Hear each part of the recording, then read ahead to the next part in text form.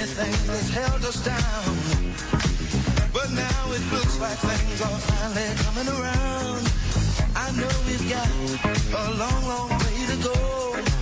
And where we'll end up, I don't know. But we won't let nothing hold us back. We're putting ourselves together. We're polishing up our act.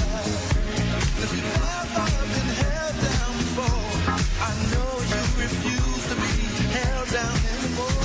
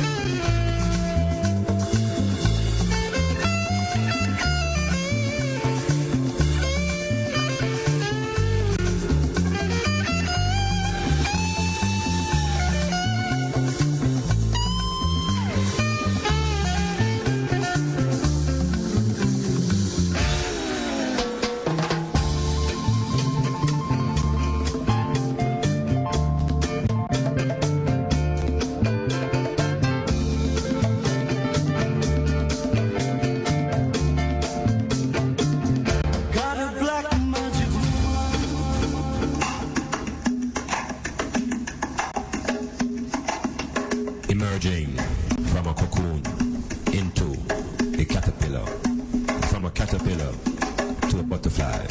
The metamorphosis is here, it's live. Metamorphosis.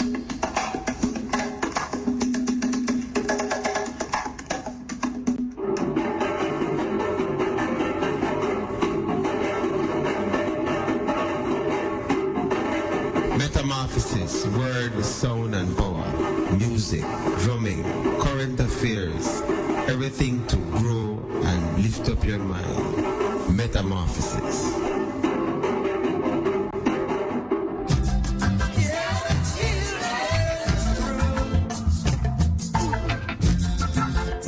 Metamorphosis, creating beauty and stimulating change from a constant supply of relevant knowledge and information.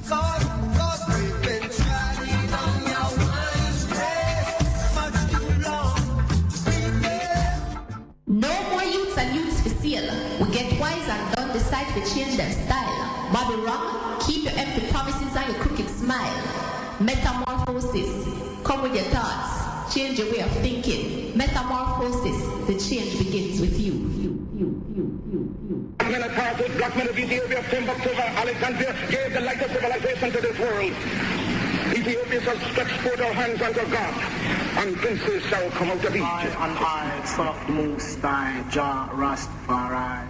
Keep listening. Good evening, Iman Blak. Good evening. This is Pauline from St. Mary. Calling to big you up on your program. I am a disciple. I've been there since almost the inception. I make sure I have to call. I just flip in a call. I know that you're going to get a lot of calls. Yes, sir. So I make sure. Goes away from Africa with the intention to steal our culture. The good father passed by and said, humble yourself, my children. Humble yourself, my little one. Humble yourself. Oh, my brother, Metamorphosis.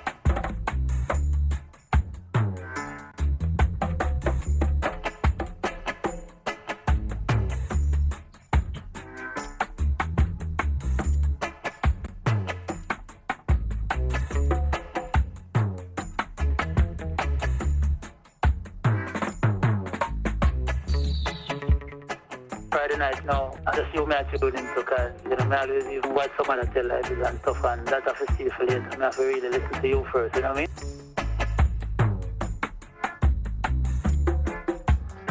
Metamorphosis. Where is your love, Jamaica? Where is your love, Jamaica? I can see your love, I can feel your love, please touch your love, I don't know.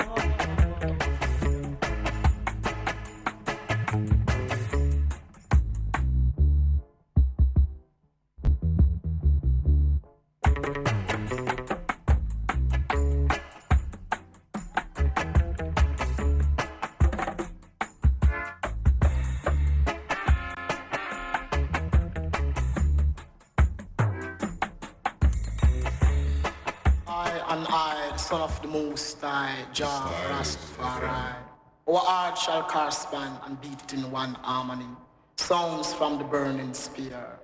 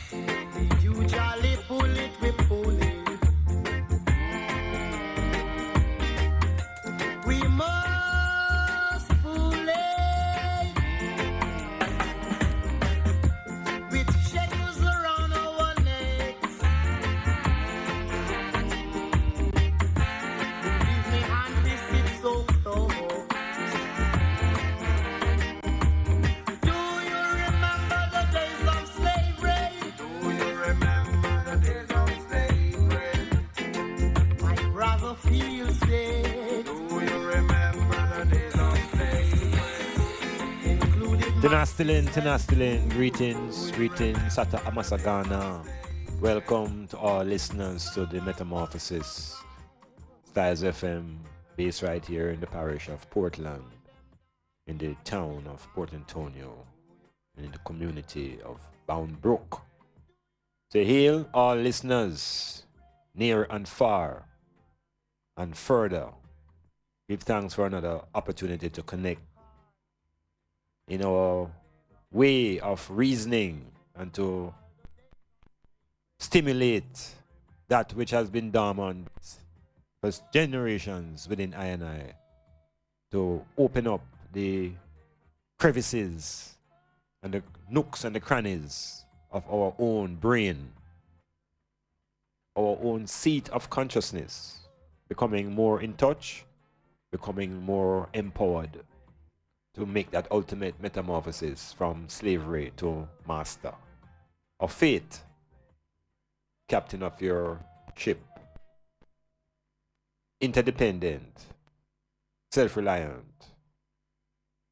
Yes, ill. The drama of the times are really, really pressing. And I want to use this metamorphosis to say quite a few things about quite a few things, which means all these things will not be spoken about in this moment. But the ball must keep rolling. There is a brouhaha, a calamity unfolding on the rock. And because of this situation, it's the first time I'm really sort of forced to speak to our story, history, my story, but not the cultural history. I want to deal with the political history, the political story. Because oftentimes we bury our consciousness in the fact that it is not a liberating type of scenario, the political history. So I'm going to explore the history of this rock. Because out of this many one people motto, and out of many one calamity that's happening in Trelawney, it kind of converge and send Iman into a corner that I would probably normally wouldn't travel there. To really examine the basis of the symbols and things that are used to hold up the plantation, this plantation called Jamaica. It's being held by a certain, what they call a superstructure of symbols. And until we can deconstruct and liberate ourselves from the connotations of those symbols, mental slavery is deeper than just religion. Mental slavery is also being enslaved to political ideas, which are not different from religious ones, but they are not churchical. They are more statical. So when looking to the political history and certain milestones in that journey that affect I and the plantation, well, we can have this thing now called out of many fiasco, where the state appears to be not in touch with its members, where activities can take place and the center is unaware. Getting the feeling that the center is losing control and the periphery seems to be getting stronger. Maybe we're approaching a time in the history of this country where we have to rethink the nature of how the island is governed. This central government not working anymore. This one buckymaster from town running the whole island cannot work in 2014. And so the political history of the country will be reviewed. And in that revision, I went to look very keenly now on the region that I have been living in on this rock for the last 3 decades. This region that is called the Northeast. It includes St. Thomas, it includes Portland, it includes St. Mary, and it includes St. Anne. These are 4 parishes that need to be looked at in a very specific way if we're going to break down the plantocracy, because the plantation is deep and it is governed by historical things like county lines. What is the validity? What is the value of a county line in Jamaica? Why are we still in Cornwall, Middlesex, and Surrey? What do those lines and demarcations mean to I and I? Why are we still enslaved to these counties? This is the depth of the political enslavement. I don't live in no Surrey. I don't know what Cornwall is and what is Middlesex. What do those terms mean in 2014? And it's not time that we liberate our political consciousness from these entrapments, these British entrapments, where we can't get away from the Queen or the King. We're governed by the Queen. She is the head of state. And we rule by the King, James, and his philosophy and book and religion. It's a whole heap of things we have to do now. But it's going to begin with a self-examination. There's a politician in Portland who is a backbencher. And I saw this article in the press. His name is Bloomfield. And he was making an argument that this disturbance we're having in this Outer Many One project, it needs to be looked at from a perspective of introspection as a people. And in that introspection, we have to examine why is it we overlook Coral Gardens? Why is it we are dismissing Pinnacle? Why is there so much discrimination against groups in this country? I will not name the groups, but the groups are dynamic and creating a whole heap of positive things for the country. So the whole thing wants a different view. And the people in Portland and St. Mary and St. Thomas, you better say I realize that I was there on my own wrong, you say no. I was there on my own. The governance doesn't reach over here until it becomes a matter of collecting taxes. And so we need to reawaken consciousness. We're going to look into Portland. We're going to look into the revolutionaries who come out of Portland, St. Mary, St. Thomas, St. Anne's, and see how is it we're going to re-energize this region, because it's going to come down to a regional thing in this island. Yeah, man, the center is collapsing, and it is the regions that are going to have to be autonomous and strong. And I want to explore St. Thomas, Portland, St. Anne's. Why there is no identity in those four parishes. When you go to the other end of the country, people call themselves Westerners. Why is there no identity of the Easterner? Where is the philosophy that will take I and I out of this enslavement? So the state is looking rudderless, country drifting, and it's the people who will save themselves, not through any central government, but maybe through the whole notion of regionalization. Western Jamaica is already ready to secede. Eastern Jamaica better organize themselves.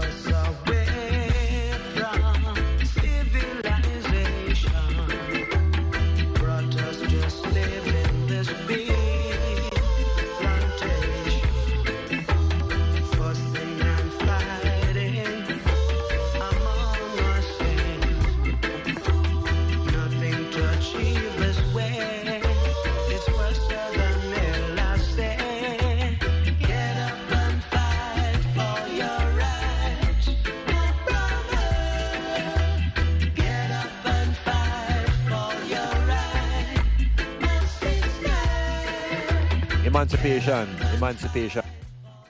supposed to represent a great event, a political milestone in the journey of the African people. The process that they instituted called emancipation and apprenticeship. So when we look at our political history now as African people on this rock, using some milestones to see how far we will reach and why we reach a stage now where this project called Outer Many is such a fiasco. And everybody quitting the resigning and nobody taking responsibility for the National Housing Trust money. The money of the very poor people who after emancipation were landless and shelterless and highly unemployed. And finally it's getting into the system of being laborers. And they look at pittance and earnings withdrawn by the government for the people's sake. And the sake is for satisfying the first and primary need of all beings, which is shelter. And so all the people money, the poorest people money have been put into this account called the National Housing Trust. For when the people reach a certain level, them own finances, they can get their basic need, which is shelter. And to hear that at this stage in time now, there's this big calamity and fiasco over the billions of dollars that are collected from the very poor. It gives you the impression now that we have to examine this plantation from square one, which means not just the churchical order and the other cultural orders. We have to look at the governance, this failed state of governance that we are facing right now. I never usually have to talk about governance here, but it's serious. It's critical. It is on the deathbed situation. So what we really find here now is that we have to look into the plantocracy that we are on from 1834. Outer Many, that's the name of the project. And they got that name from the motto of the country. And of course, we got our motto from somewhere else. Some country have a motto called E Pluribus Unum. Some big country way deep down into the north of us. E Pluribus Unum. We have a mimicry of that. And our motto now is out of many one. People, I think. People is part of it. Out of many one people. That's what it say. No. That is what the planter class and the intellectuals, this is a choice to put onto the island now. This liberated island. This independent island. So we are now, rather than just being a slave colony, we're going to be held together by symbols and mottos. Now, I want my listeners to look up in your own dictionary, what is the meaning of a motto? M-O-T-T-O. Why are mottos created? Why are mottos used? What is the value of a motto? Normally, we don't have the time for these type of things, because the system of us paying bills and chasing money. But there comes a time when we have to pause and introspect and reflect, use our thinking machinery. Yeah. So, the issue is, what is a motto? Now, if you look at it from a very fundamental level, without trying to be too genius, nearly all schools that we know, and sometimes institutions, have a motto. What then is the value of the motto? Why we have a motto? I am saying primarily, it is supposed to sort of motivate. It's supposed to sort of inspire, drive to action, a motto. And if you look around, and even my own personal experience now, I went to a high school in Jamaica. And this is my first experience of a motto on me. Not so much a national motto, but this my high school motto. My high school motto wasn't even in English. It was in Latin. But you see, when them translate it, it made the students at that school basically different people. I'm talking about KC, Kingston College. I'm talking about the motto of KC. You see, before we talk about KC, I'm going to talk about Cornwall College. Cornwall College have a motto, you know. You know, Cornwall College motto say? It say, learn or leave. Now, this is a very, very powerful institution. The Cornwall College is in Montego Bay. The motto said, learn or leave. In other words, now, it's telling you even before you come in there, you know, that there's only one choice. The choice is there is that you must learn. Because if you don't learn, you have to leave. So it sort of drive behavior. Coming forward to KC now. KC motto say, Fortis cadir, sidir non potest. What it means? The brave shall fall, but never yield. There is an attitude now that motto generates. And people around Jamaica can tell you, so them know KC boy them, you know. Because the KC boy them have an attitude. Them show off and them arrogant and all these statements. But you see, when you understand where it's coming from a powerful motto that you get into your system from first form. And you learn to live it. Live it. Now, when we look at the motto of Marcus Garvey, his organization, up ye mighty race, you can accomplish what you will. So we see that these are word sounds that drive power and motivate and inspire and set to action. On this plantation that we live near called Jamaica, they gave us a motto. The motto says, out of many, one. Now, what kind of motivation you feel from that? What kind of energy you receive from that motto, out of many, one? Is a feeling of, what is it? How you feel when you really think deeply into that? Because when you explore the motto now in Jamaica, you know, out of many, one. The first thing you have to ask yourself, you know, is who is the many? Or what does the many represent? So you, the Jamaican who listening, whether here or there, who is the many?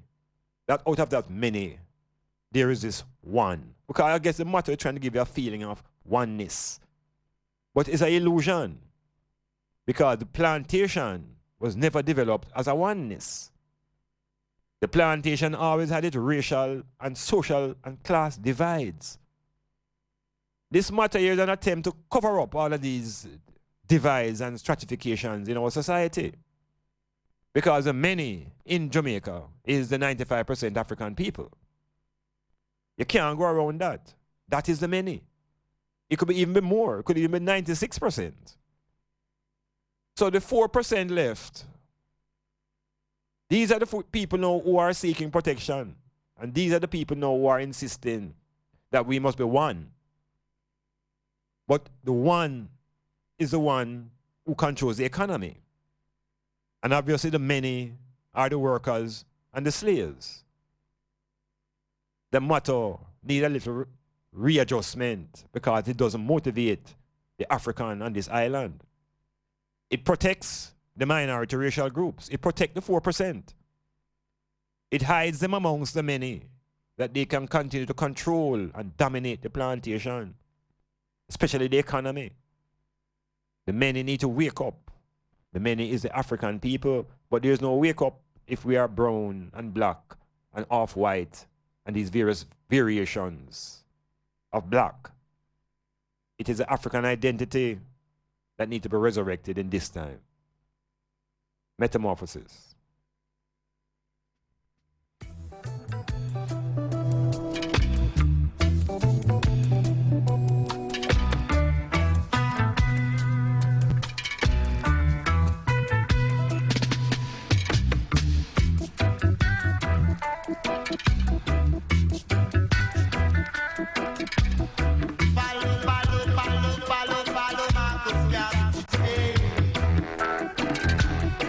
Why can't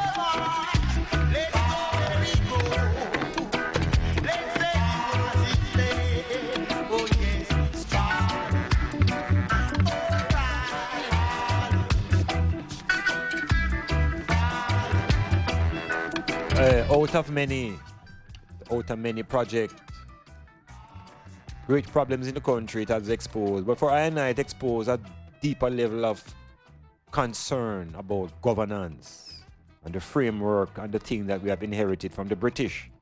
This West minister model that has locked us into a framework of robbery and piracy. Yeah, the inheritance of Morgan and his heritage. Meaning Henry Morgan and his piratical heritage that is now locked up into our houses of governance. It shows me and I that this country is no longer a situation where it was like in the 50s where you could just stay in a town and govern. It is more complicated and highly complex. This island state called Jamaica. And I'm arguing that it's no longer possible to be governed from one central spot. Yeah, the people in the country need to wake up now, they know political consciousness, political history, governance. Because I and I have turned it over to the one. I and I have turned over governance of this land to the 4%. And the 4% continue to control the wealth, and the capital, and investment potentials. 96% seem to be just consumers. But even the consumer has power. Because if the consumer organize and decide to stop by, things will change. But there need to be an organization that talks about unity and cohesiveness of those same black people. Now in the parish of St. Ann, there emerged such a man, Marcus Messiah Garvey. This is from one of the parishes that I'm saying now seemed to be part of the condemned section of Jamaica. But St. Anne's doesn't feel the wrath as much as Portland, St. Mary, and St. Thomas. But we're beginning with Portland because we're beginning with St. Mary. We're beginning with St. Anne as we go down the coastline. St. Anne now, it has a developed town capital called Ocho Rios. And it also has a booming trade called tourism. So at a certain economic level, St. Anne is in a position to really be far more advanced than it is presently operating. The economy could be diversified in a greater way. The strength of the ganja in St. Anne is well known. Yes, the power of the ganja, St. Anne herb, is an internationally known secret. And so St. Anne has the potential to be one of those parishes that thrive in this new world order that recognizes that ganja is not a dangerous drug. It's not a drug. It's a medicine. It has the potential to manufacture goods. So the St. Anne has a potential to be almost highly more self-dependent through its own economic adventures. But this will not happen because St. Anne, as far as it is controlled by Kingston and St. Andrew. Everything controlled from town. So the taxation and the efforts of the people of St. Anne is not directed back to the people of St. Anne. It goes to the center. And so these areas now, this northeast section of Jamaica, need to wake up and realize that we depend on our own wrong, so. We depend on our own. Which means if we were to see the commonality, then there may be a chance to rethink our political configuration. What I mean now, you see, revolution is the ultimate for change. But some people think when they hear the word revolution, them say people running around the streets and people being hung in high places and so on. Revolution also means a transformation in your mentality, in your meditation, through introspection, the way you think. And I'm suggesting that the people in this Northeast better start think as one. St. Anne's, St. Mary, Portland, and St. Thomas. Speaking about St. Anne's, no. But St. Anne's is a tricky place, I think. It's a large, large parish with tremendous potential. But it needs support, not from central government, I'm suggesting. It needs support from St. Mary. It needs support from Portland. It needs support from St. Thomas. We need to reconfigure this region if we want things to upgrade. Metamorphosis.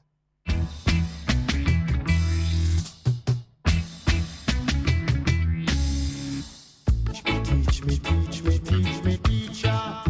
Teach high and I am a teacher. Teach me, teacher. Teach high and I am African teacher. I never believe. I always early. I never absent. I always present. That's why I and I not sit down in a no back bay. That he like to be bright, bright, bright. So bright, teach me, teacher. Bright, bright, bright. Teach me, teacher. So bright.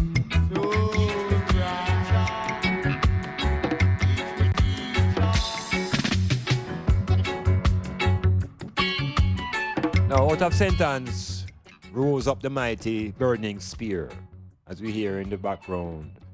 And Burning Spear is, from my point of view, is the man, is the group that through music resurrected the consciousness of Marcus Mosiah Garvey. Garvey was laid to rest and turned into a hero and put into stone. And the people thought that he would have been, those who put him there thought that would have been the end of him. But he was resurrected through sound, through music, through Rastafari, coming out of the parish of St. Anne's, the Burning Spear. I admit we go to school, but we never finish. That's until when we reach up on the side of Africa, wherein I can be teached by African teacher. Oh, teacher, I can be teached by African teacher. Teach me, teacher. Teacher, I am a teacher. Teach me, teacher. Teacher, I am a teacher.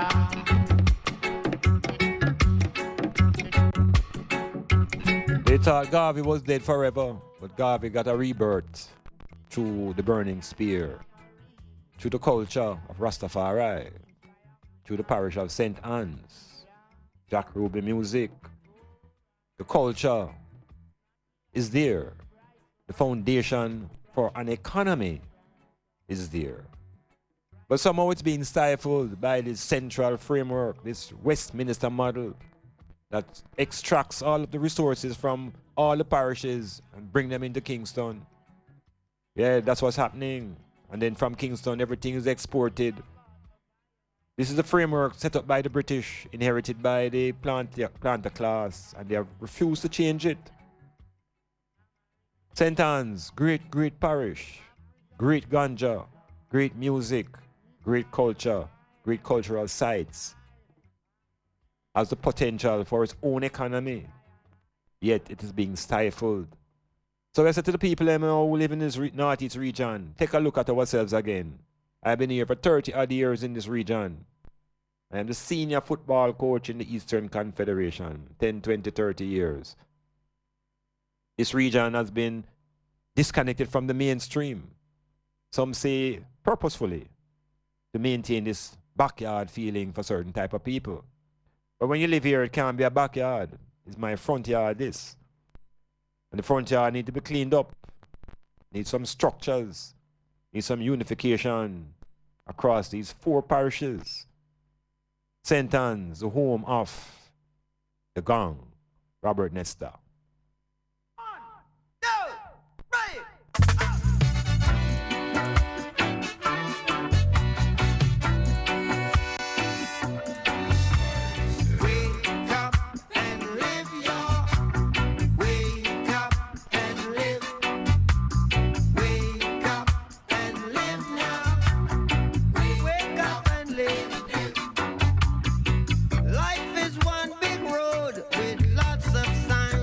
Hail up the D, right there in the hills of Portland. And of course, all the people in St. Anne say, give thanks for our opportunity to speak to the eye, them directly. Football want to get up in a St. Anne's. St. Anne's want to have a team in the National Premier League again, in the days of Volvo and Black Stars. But it will not happen in the way the thing set up. Need a reconfiguration. Need to rethink a link with St. Mary. Wake up and live. Rise.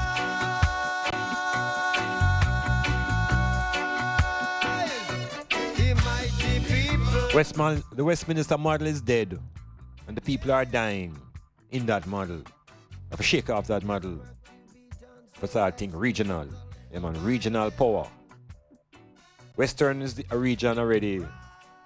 The East needs to see itself as a region, not just Portland and St. Mary and St. Anne's isolated. Need to see ourselves as a region.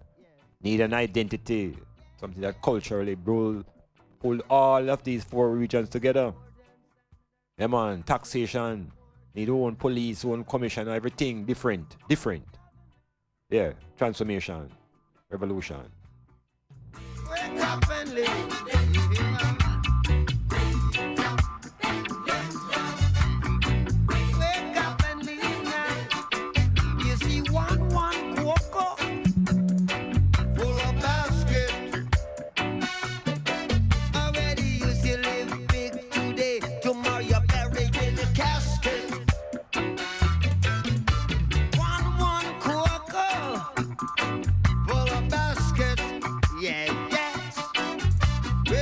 St. Anne should have some of the biggest entertainment centers on the island. Bigger than all with their town and more. Based upon the production and the creative artists in St. Anne's. Yeah, man, the thing need a different version, a different view, through introspection. We have been extracted until we have been down to the bone. Now we have to rethink regionally. This political framework not working. This divide set up by the British to create these 2 tribes of African people. Because the 4% are not a part of the tribes, you know. No. Check it out.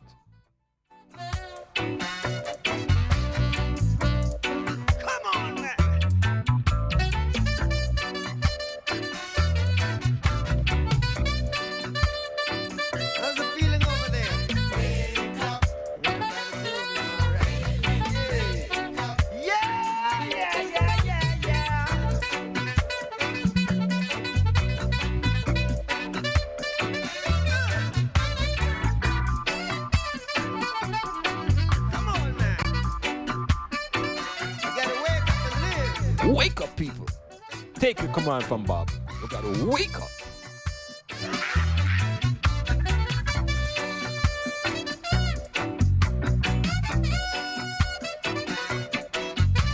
Life is one big road with lots of signs. Yes. So when you're riding through the ruts, don't you complicate your mind. Flee from hate, mischief and jealousy. Don't bury your dog, put your dream to reality. Vision, people, vision. We have to visualize a reality that is hopeful and meaningful. The resources are not the problem. The physical resources are in the land. It is the mentality that needs a reformation. The mentality of the people have been locked into this Westminster dependency model, where if you want to go up the street, you ask, who can help you? And you think that all things must drop out of the 4% and out of Garden House and out of these institutions. St. Anne's, mighty parish. St. Anne should have its own airport. St. Anne should have its own international play field.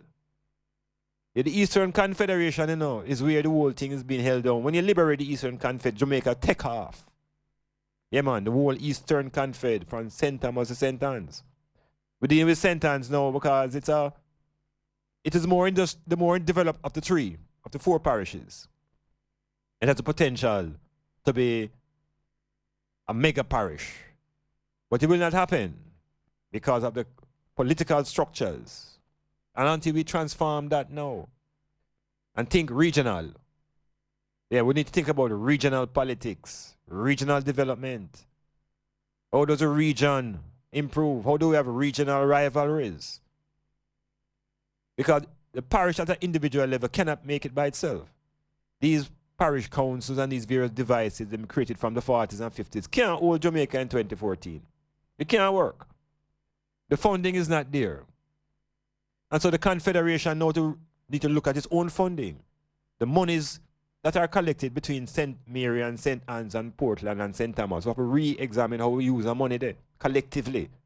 Where does all of that money go from those four parishes? How much of it is reinvested in this Confederation? We can't work so hard and give our money because the plantation is not an easy place to work on. But we need results. My street want to fix up in Buff Bay. Why should I go to town? Why somebody from town must come and fix a street in St. Mary? Why can't the support come from something more closer to you? So until we rethink, because nothing will look like we're afraid to think. And I know where the fear is coming from. It's from the plantation. Because on the plantation, the African was forced not to think through fear. Because thinking is a liberating process. And the plantation owners always know that any day the African begins to think again, the plantation is under siege. Hear that? This is Styles FM. Portlanders, Akan Auto Technology, located at 33 Bombrook Crescent, Port Antonio. Visit us for all your auto repair and servicing. We offer computerized wheel alignment, computerized wheel balancing, suspension checks, AC repair, inspection, and all your auto repair needs. For a complete auto repair and service, visit or call Akan Auto Technology today at 715-5205. And remember, we are located at 33 Bombrook Crescent. Lumber, cement, steel, plyboard, plates, cups, shower curtain, sheet. Then this now go take me all day, man. Daddy, mommy say I must go a business depot. I need to find somewhere with ample parking space, gives discounts, does delivery, and has the most courteous staff. Why, Daddy Duffy? Yes, Builders Depot, right at Industrial Estate, Longwall in Barnes Bay. I call them at 715-3128 or 284-3337. Because me I tell him, we got Builders Depot over there, so. Check them out. Builders Depot, once you need it, we have it.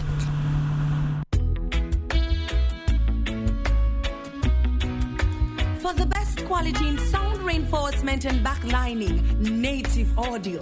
We have professional engineers with over 20 years of experience. So call us and we'll take care of your parties, wedding receptions, barbecues, conferences, and small stage shows. Crystal clear sound, native audio. Our prices are the best. Call us at 871-5212. That's 871-5212. Native audio. We make your events audible. So, bossy. What's your problem? Boy, me nah no problem, you know. But you see how me tell you fi up on Pan Styles 2014 calendar you make him miss you. Make sure no make the 2015 one miss you again, you know, bossy. You know, see how last year them hype up the sponsors them with interviews and non-stop big ups in December. Next year I come soon, you know. And me say Styles up the thing. Call them no man, because spots limited. 876-439-5160. 876-439-5160. Or email info@stylesfm.com for more information. Do it now, bossy. You know what? I am going to call them right now. Every Friday night, I'm tuned into Stars FM. Metamorphosis, one of the best things to happen to Jamaican radio. After them take a 4 parents come up and shift and beat them with all the way. Lord. Babylon have a dropping on the western hemisphere, Rasta. For repatriation is a must. Greetings in the name of His Imperial Majesty. I know them a go call this anti-social The powers of Satan. The powers of Satan. President Brown. Exit from them system, mine, I don't want no re-entry. History Babylon breed international slavery. Fool the people, rule the people, that to feed them strategy. Now I see them coming with them one world order. And them must say it is to make life easier. But this is the same thing that Revelation tell. Without the mark of the beast, you cannot buy nor sell.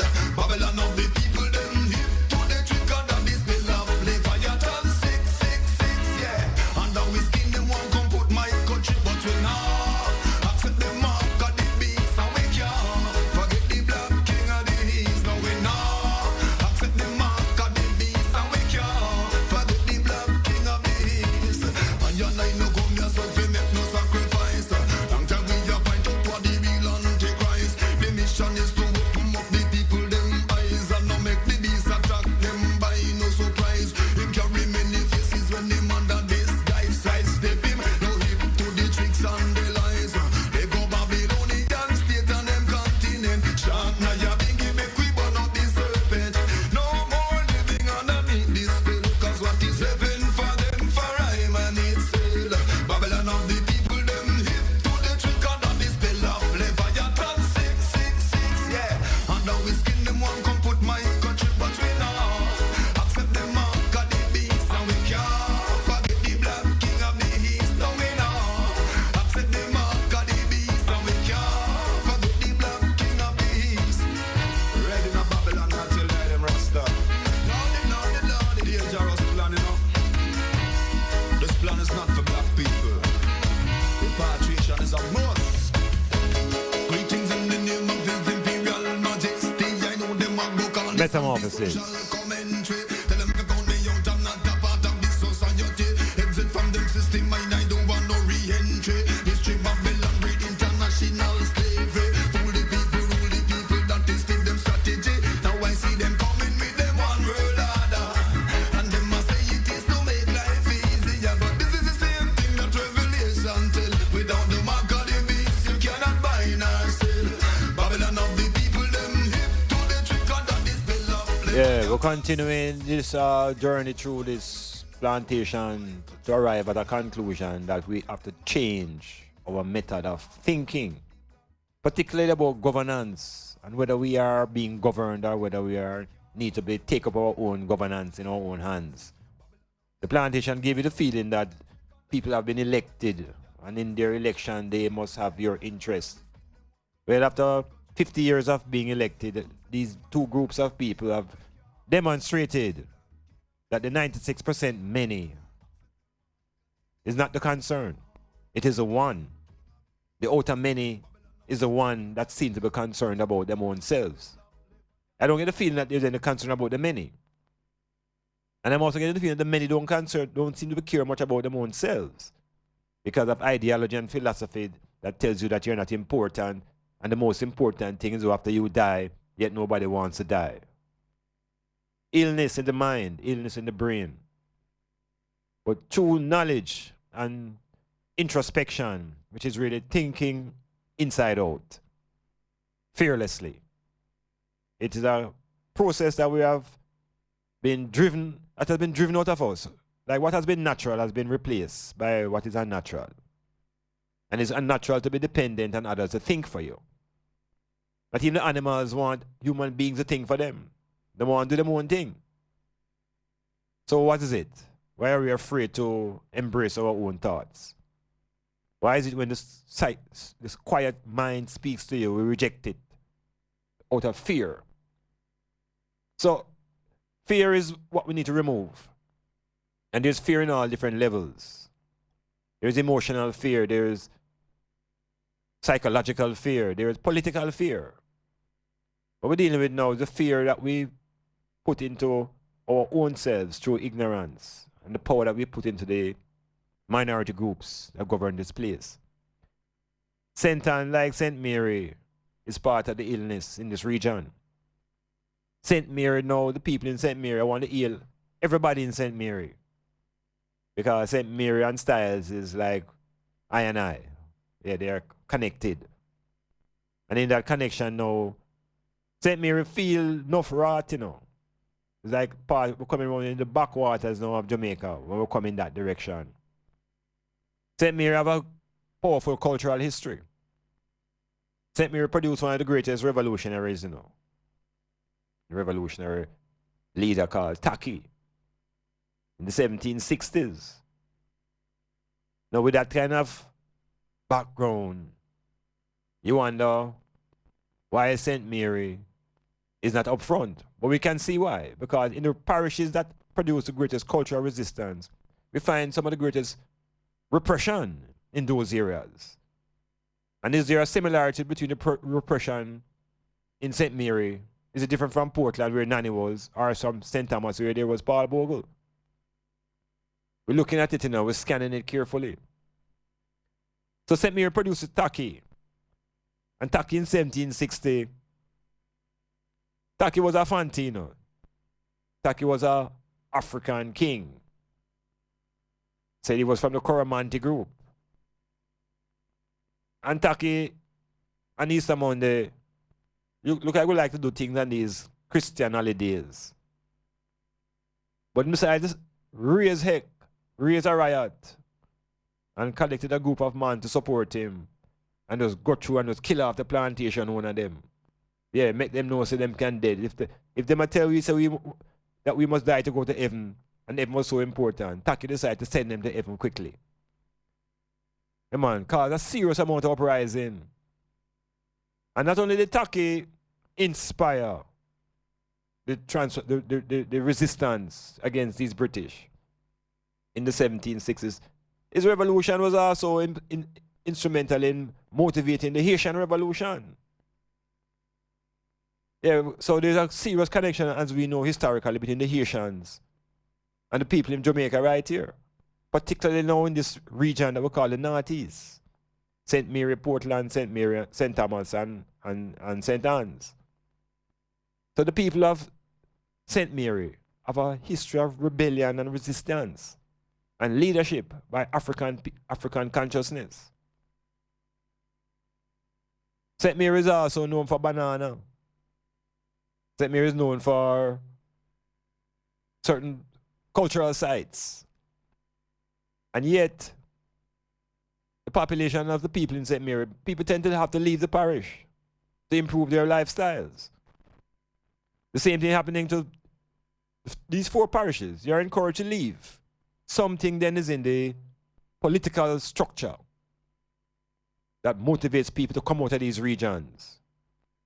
And I'm saying part of the solution is not for the people to come out of the region, but the people to find out what is it and what is it they can do to remain and to build the region. And I'm suggesting to the item now that this extraction process that goes on from Kingston and St. Andrew is part of what drained this Northeast. have to find a way to keep the talent and the powers in the Northeast. So St. Mary people can find economic prosperity, not only in St. Mary, but neighboring St. Anne's, our neighbor in Portland, or even extending themselves to St. Thomas. So there's a need for a regional consciousness for parishes like St. Mary and Portland and the whole region to survive. The same thing touches the sports. So if St. Mary and St. Anne were to have a twinning of their football associations, any team that rise from that would seriously be on the top of the nation. So the region, I'm saying to the item, we have been deceived by this Westminster model and Kingston extracting all of the resources. So if St. Mary and St. Anne were to unite at football and have one league, it would improve the soccer at the school level, it would improve the soccer at the club level. And it would give you enough experience and resource to have one team from those two parishes or even two teams representing the region. But if we move away from that individuated perspective, we start to think regional. This notion is strong in the Western Jamaica. Trelawney, St. James, Hanover, Westmoreland. It's a whole West. And in the West, the people say that they are the best. There's an identity there. It's such a powerful region that the national elections are defined by who the West vote for. Yeah, think about it. It is a Western vote that literally defines who becomes the national government.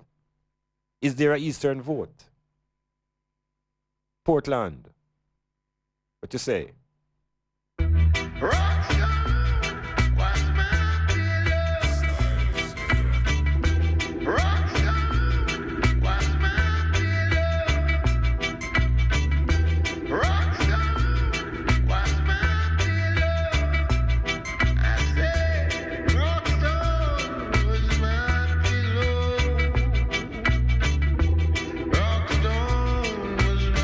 His plan was to overthrow the British and to establish on Jamaica an African kingdom.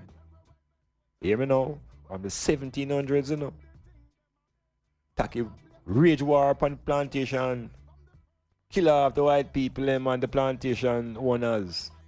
And his ambition was to establish an African kingdom in Jamaica. Is it too late?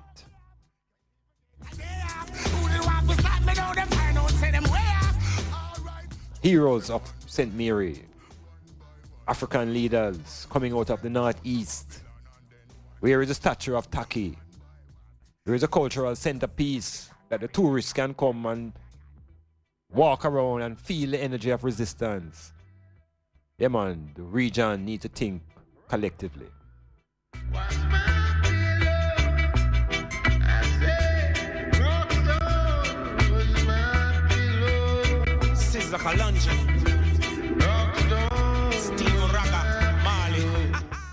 Styles FM, big in Portland.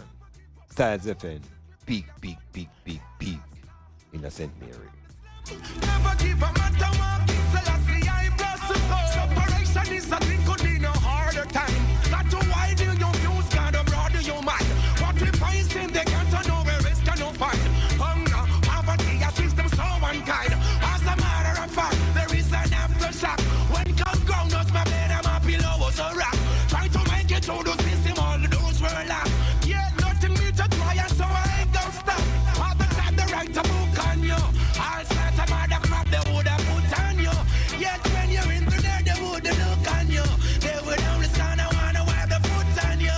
But see how now, Zion down, Ethiopia, Africa, fashion, liberate the poor, hey, Manala.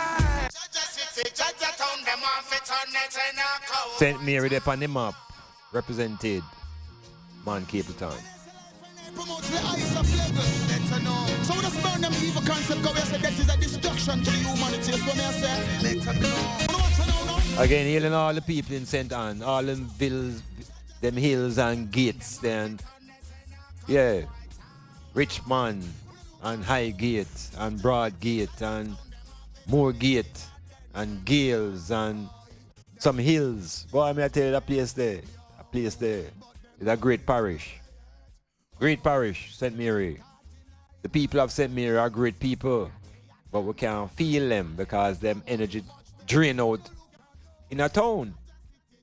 So we can't feel the power of the people of St. Anne's or St. Mary. But you see, if they were to be collective, yeah man, the globe would feel this region called the Northeast. Need a political reconfiguration, burn down central government and talk about regional governments that have a certain level of autonomy. Where is the international football field in St. Mary? All these years St. Mary have been sending teams to the National League. There is no international size play field in St. Mary.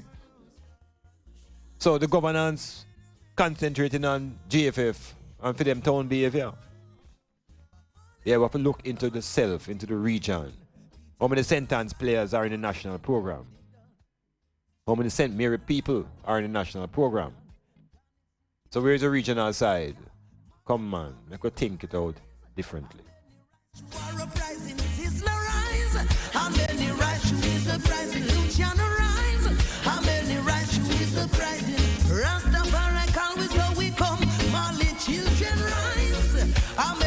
And in all this mix, can't leave out Rastafari because the cultural identity is being held through Rastafari. In St. Mary, in St. Anne's, in Portland, in St. Thomas. Maybe this should be the Rasta state. Yes, the Confederation of Rastafari. Maybe this is the place. Who to tell?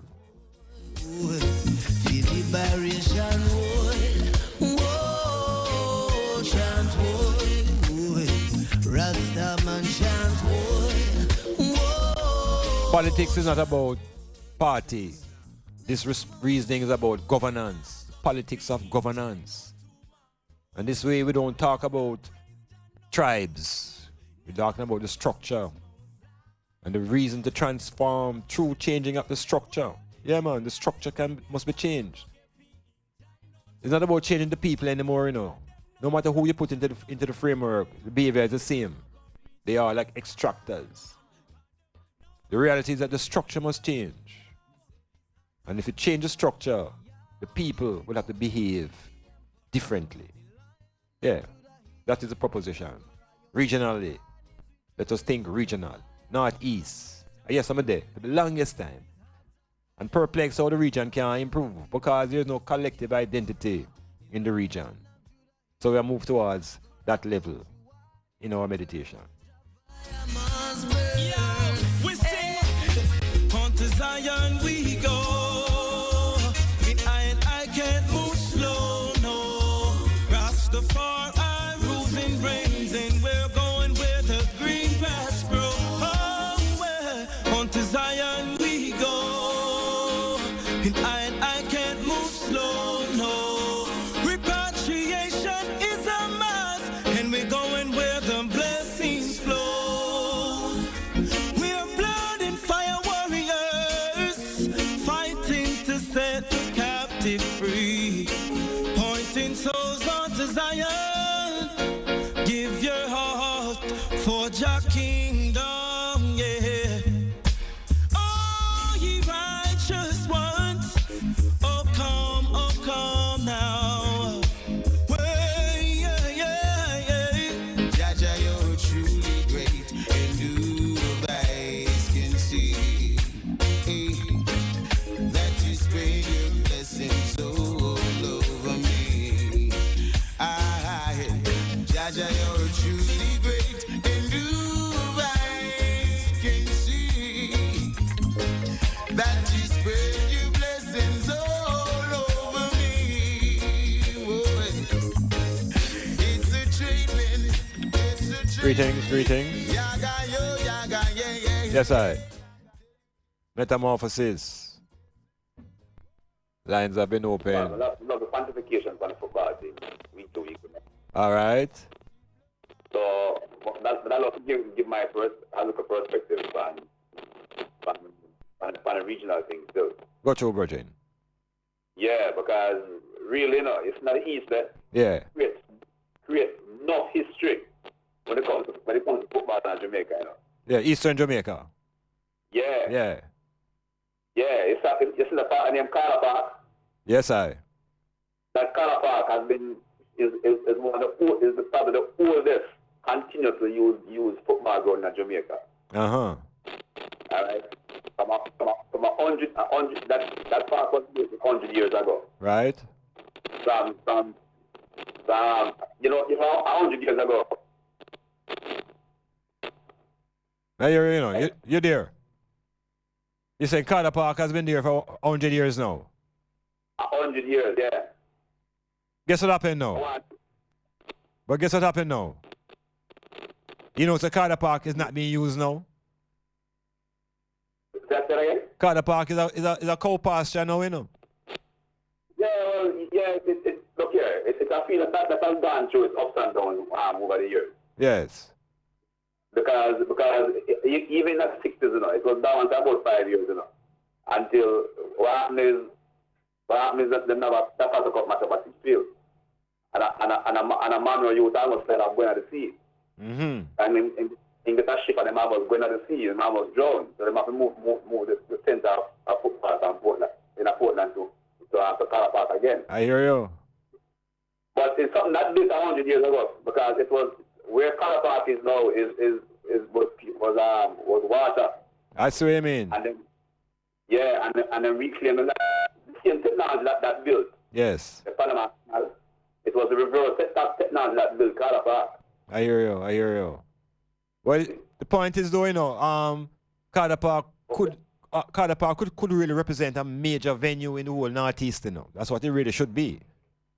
Well, I want to get to that, but I just want to point on one other history.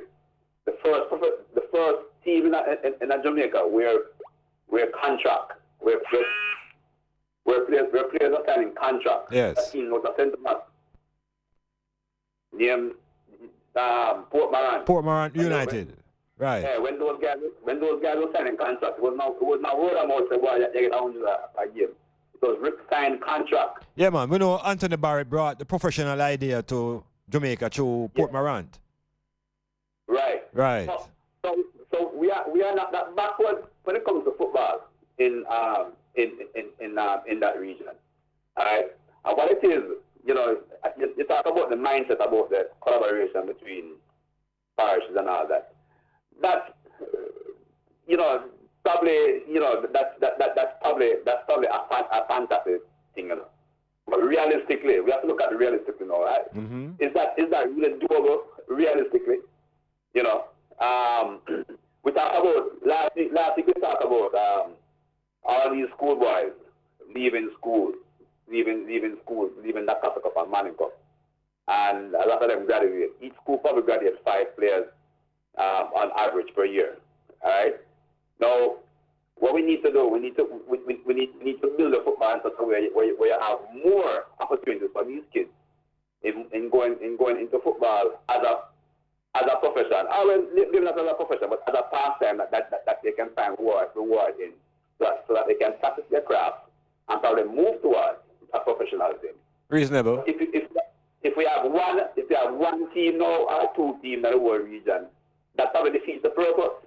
Okay. What the country needs to do, just like how them when we started the National League 40 years ago, we need to be building and empowering more communities and more of the nation to move into this dispensation. Okay.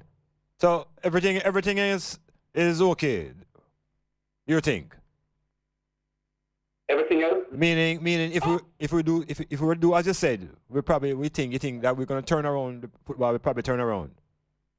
No, it won't turn around like that, because again the people who are running football now, who have been running football for the past 20 years, their mind are stagnant. Okay. And I don't think it's for they really look at it and look at the progressiveness of what football can do. They probably look at the money they can make, and look at and think forwardly. That, you know, things work up and we can get the work up because it happened one time because all the stars aligned one time 20 years ago. It happened again. Overstand. You know, it's a dream. That's the thing. We keep dreaming, brethren. All right. So we're going to hear it and hold it right there, so. And reflect on what they are saying and see what the other callers may have to say as well. Yeah, man. So I say, this, how are things in the Big Apple? How is the Big Apple? The Big Apple? Yeah, what I say? I'm a little chill right now, but little chill. Not we can't manage. All right. Give thanks to the link here, my brethren. Yeah, man. Respect, man. Yeah, man. Rastafari. Equal rights and justice for all. Rise and never fall. Tell them, say, boom. What they gonna do when enough of them not true? Say, what they gonna do, them get slow, yeah. Who do you think you are? We're living in a small world. As wicked as you think you are, we're living in a small world. As bad as you think you are, we're living in a small world. As tough as you think you are, we're living in the one you know. All right, that day will come when I stand and see all those wicked men in the fire getting burned. That day will come when they will try to escape and there will be nowhere to run. That day will come when I shall see they handing over bombs and bayonets and bullets and guns. That day will come when Emperor Selassie shall rise the wall of the ghetto youth them from out of Islam, yeah. And the day I would love to see their face for all those evil they do to the human race and try to take things out of place, run away to space, shoot them in the air. If you want a judgment, you are gonna get the taste when them find out that them can't escape. Sadness they send on the people them trace. Smile on my face. That day will come when I shall stand and see all those wicked men in the fire getting burned. That day will come when they will try to escape and there will be nowhere to run. That day will come when I shall see they handing over bombs and bayonets and bullets and guns. That day will come when Emperor Selassie shall rise the wall of the ghetto youth them out of the slum. Who do you think you are? We're living in a small world. As wicked as you think you are, we're living in a small world. Sounds of the one out of St. Mary, the fireman. Now this island that we're on, it's a different place from 1760, you know. And some people who are in the governance go on like say we're still living in 1760. This is not the place that people think it used to be. The space is very complicated, very diverse. People have various experiences and wealth and poverty. And the distance has increased. Can you imagine now? It takes you 4 hours along the road from Port Antonio to Montego Bay. 4 hours on the road on an island that is supposed to be so small. In those 4 hours you fly to New York or you go to Miami and you come back. That's very paradoxical and strange place, this rock that we live on called Jamaica. Depth of culture, resistance, St. Anne's, St. Mary. And when we come into Portland, the parish of Portland, it has its own cultural history, beauty spots, potential resources. But basically the people are left in the same situation. They have to leave Portland.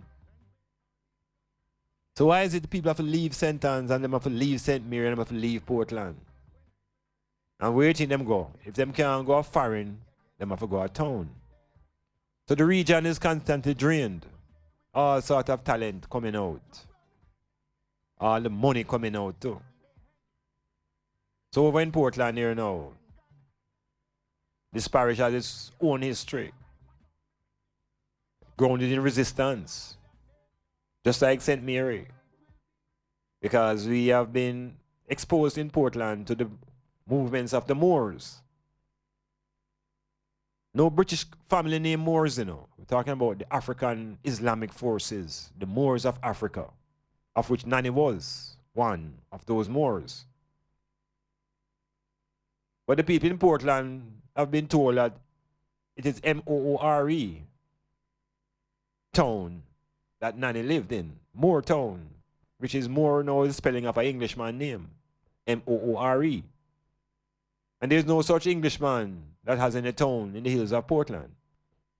It is the Moors, the M-O-O-R-S, the Islamic forces.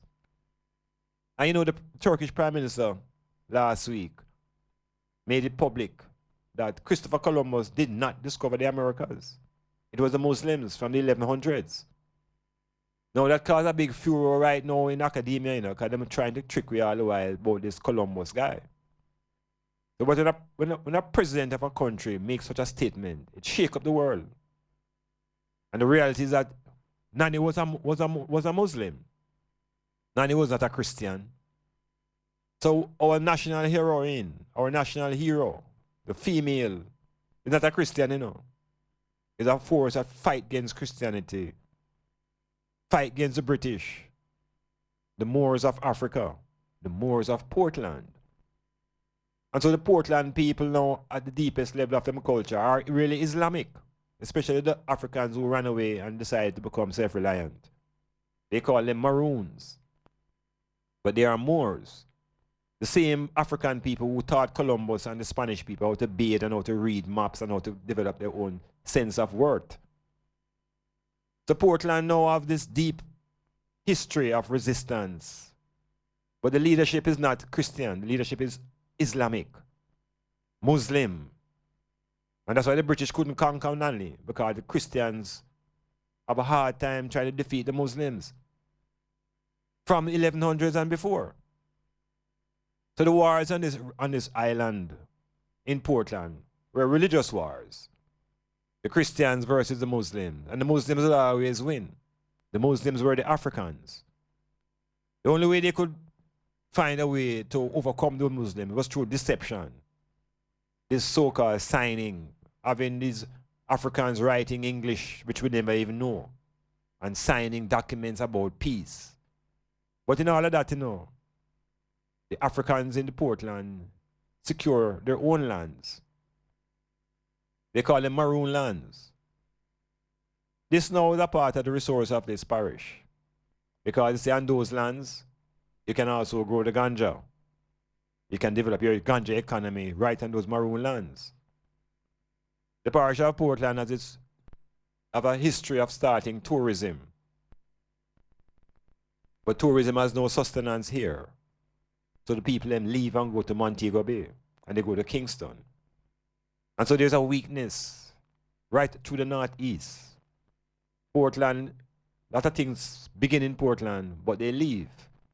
Because the governance in Portland is not about transition. It's about holding the status quo. There is no other parish in Jamaica that could have a football field that goes into disrepute the way Carter Park has gone into disrepute. The Virgin before mentioned that Carter Park was perhaps the best football field in the country up to the 1970s. Now it's a good pasture. Not even the Costa Cup is played in Carter Park. I want the people abroad know that the Titchfield, the Costa Cup team, no longer uses Carter Park. Play them football all in Snow Hill and Bombrook Pavilion and some corners. It's a disrespect to the people of Portland and the sportsmen and the footballers. But there's no transformation because those who govern Portland can do it almost long distance because they have allegiance to town. So there's another form of absentee landlordism happening around this northeast because all the representation finds itself in Kingston. You see, anytime we maintain it around here and deal with semi-autonomy and governance of ourselves, town people will wait. And so these vast areas, St. Anne's, St. Mary, Portland, basically underdeveloped and consciously being held underdeveloped because people are encouraged to leave. More power, the size FM, homebred, staying strong. Now I'm going away. And when it's strong black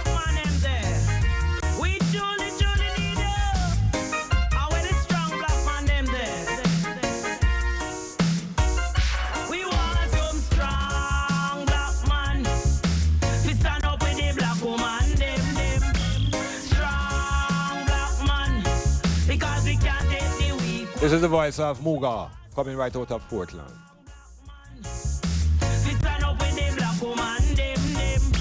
Strong black man, because we can't take the weak one them. They talking about man way upright and clean, man way a rally round the high school and green, man way know how to treat a good queen, man way a fire how will it passive. We want some strong black man. We stand up with the black woman them. Strong black man, because we can't take the weak one them. We want some strong black man. We stand up with the black woman them. Strong black man. The lines are open until 11. International number 954-338-7973.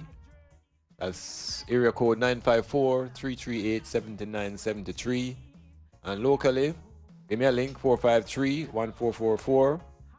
Either by text, same number, or you can call and share your thoughts, what you're thinking, your meditation towards the reasoning on the metamorphosis. I'm your host. I'm Dr. Iman Blak. Strong black man, because we can't take the weak one them. We want some strong black man. We stand up with the black woman them. Strong black man, because we can't take the weak one them. Why the hell you want to push me down? Why the hell you want to push me around? Get out my way and let me achieve my goal. Oh yes, I can be anything I want to be, because I am a woman, a strong black woman. I am like Queen Nefertiti, Empress Mene, Empress Tatu. I am passenger, black woman.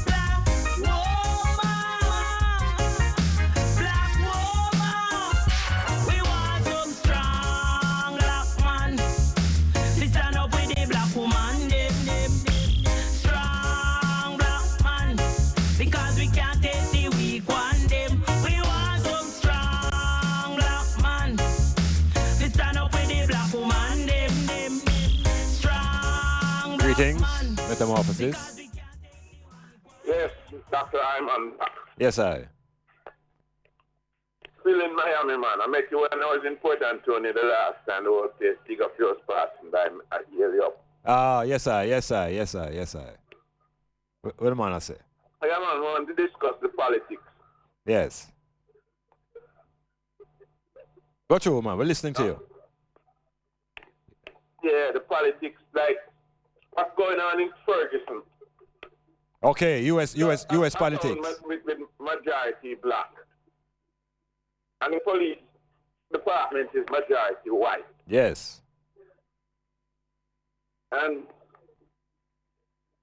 the laws of that state, is inclined to back up the policeman with his action, because the youth had a long criminal record. Right. The state to defend itself. So, what's going to happen is, I think I'm going to find grand jury going to say there's not a case to proceed. Against the officer, Wilson. Yes. Yes. So what do you think will be the reaction of the people generally now? That black majority that you spoke about. You know, riots all over the place. But this is not the way to respond to these things. To go out and vote. Vote. Okay. And be on the board. And the council. Mm-hmm. Put people there that represent you, look like you. But so you're saying that because the majority are black, the police force should also look black? Yeah. But you see, the power structure in America is not black, you know. The power structure is governed by white forces. So, I mean... See, these are local governance. Okay. It's like what you... So you're saying that the people locally now in Ferguson should become engaged in the political activity?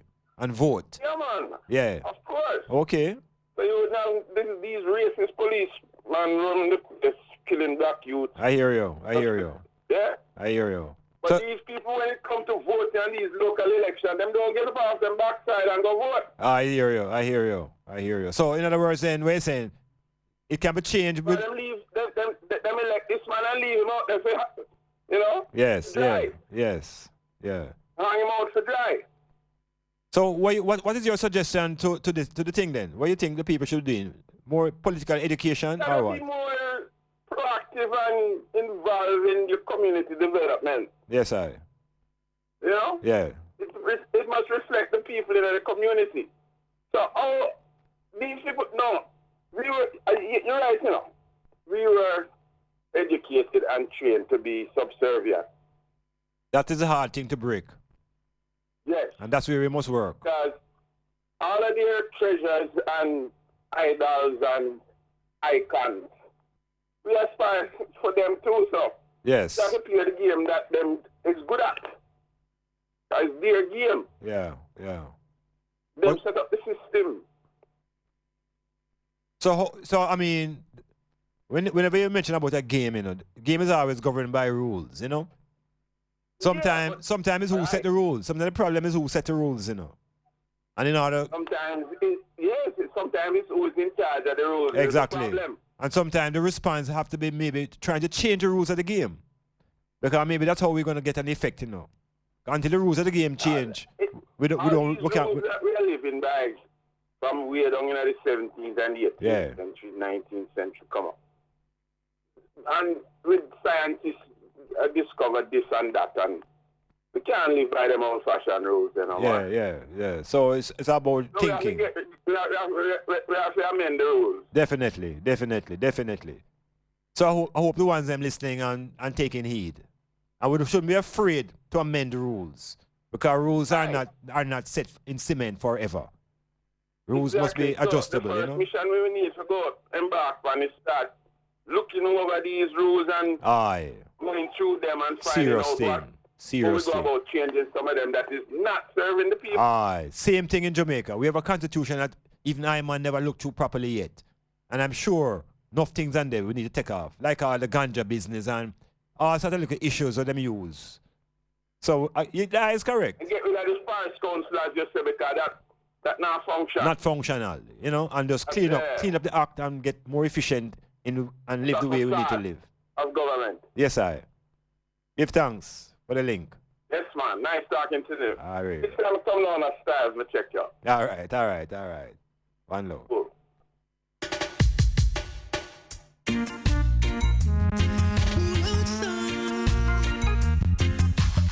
More Portland artists.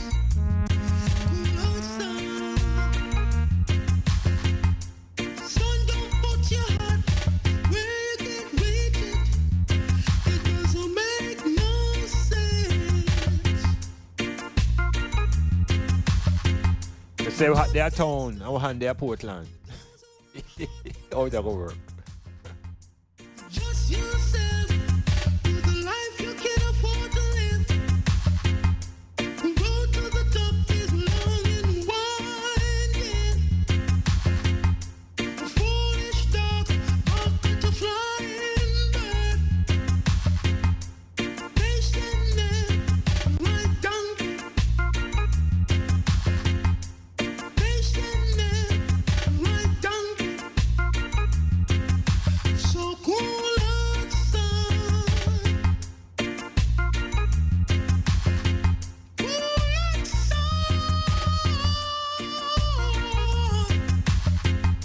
You have to grip before you walk. While there is life, there is hope. So cool outside. Yeah, let me give you that international number again. Area code 954-338-7973. Honey boy, that is for die. For those who work hard for it, adjust yourself to the life you can afford to live.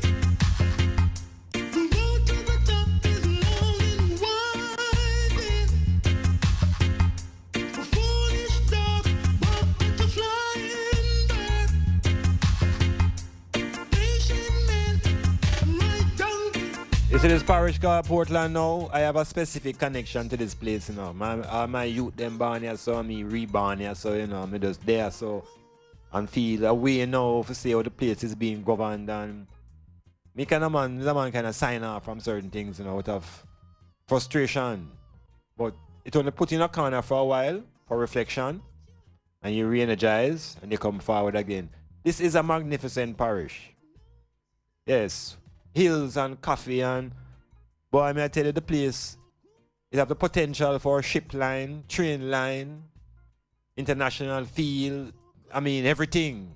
Marcus Garvey did prophesy that Port Antonio would be at the third city. Yeah, and that prophecy can still manifest through the thinking of the people. Port Antonio and Portland is the centerpiece of the Northeast, as far as I'm concerned. The train lines used to bring enough produce here that mashed down since Hurricane Allen, and there's no attempt to reconstruct that. There is international airport potential here. There is harbor here, twin harbors. So much potential infrastructure. But it's underdeveloped, and those who govern the parish don't really care because they're interested in satisfying what town has said. And they give all their allegiance to town. And I left into the backwoods of Port Antonio and Portland, full joy in the weather, but economically repressed and depressed. The thing can change. For example, what's happening in Port Antonio now is brilliant. It's a terrible trauma we're going through, but the end result's looking good. In other words, there's an attempt to properly structure the town. There's a hope now that with proper structuring, the large ships will return. And with the return of the ships will be some kind of economic development. But Port Antonio and Portland needs more than that. Because the region is what is needed to come together. The region. Portland cannot survive by itself, neither can St. Mary, nor St. Anne, nor St. Thomas. But because we have been so divided into a meditation, that when you take a bus, and you're coming out of Portland, you go over, cross Dover, into St. Mary, right away, it's always a different person, because you're a St. Mary man now, you know. And a Portland man you come from. The bus just travel 20 meters, you know, from Windsor over to Dover. And the identity of the man is supposed to change. We have to get out of that illusion. Because there is no real St. Mary man or St. Anne's man, you know. There is no Portland man or St. Thomas man, you know. We are the 96% African people living in this region. So when we broke down a divide, this parish divide that keeps us feeling that one parish now, the man them over there is some different man. All that is illusionary. Those lines are just there for collecting of taxes. That's why we have those parish lines, you know, that the government can collect tax and know who must pay from where. It would be a great idea if the taxes of these 4 parishes were spent in these 4 parishes. Yeah. The roads will be fixed. Water supply better. I'm even going further to say that this region here needs its own police commissioner. Yeah, the Northeast. Own police commissioner. Western Jamaica needs its own commissioner. And we'll take the model from football and look at the 4 confederations and abolish that county business. The county thing don't work. We can use something that is more practical. The FIFA divided Jamaica, or FIFA separated Jamaica into 4 confederations. It suits us economically to follow that model and Lego the British thing. The confederation model. St. Thomas, St. Mary, Portland, and St. Anne's, 1 confed. Kingston and St. Andrew, already 1 confed. There's a Western Confederation, Trelawney to Westmoreland, and there's a region called South Central, St. Elizabeth to St. Catherine.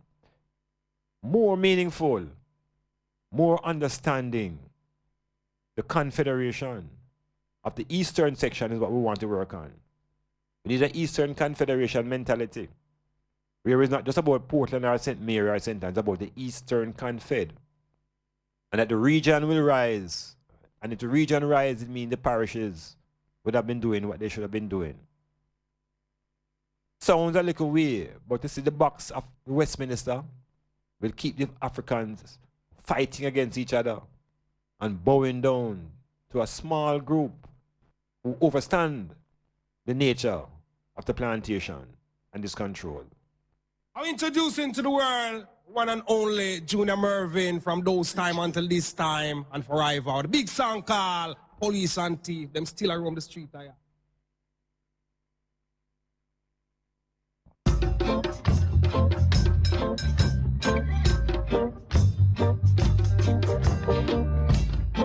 Police and thieves in the street,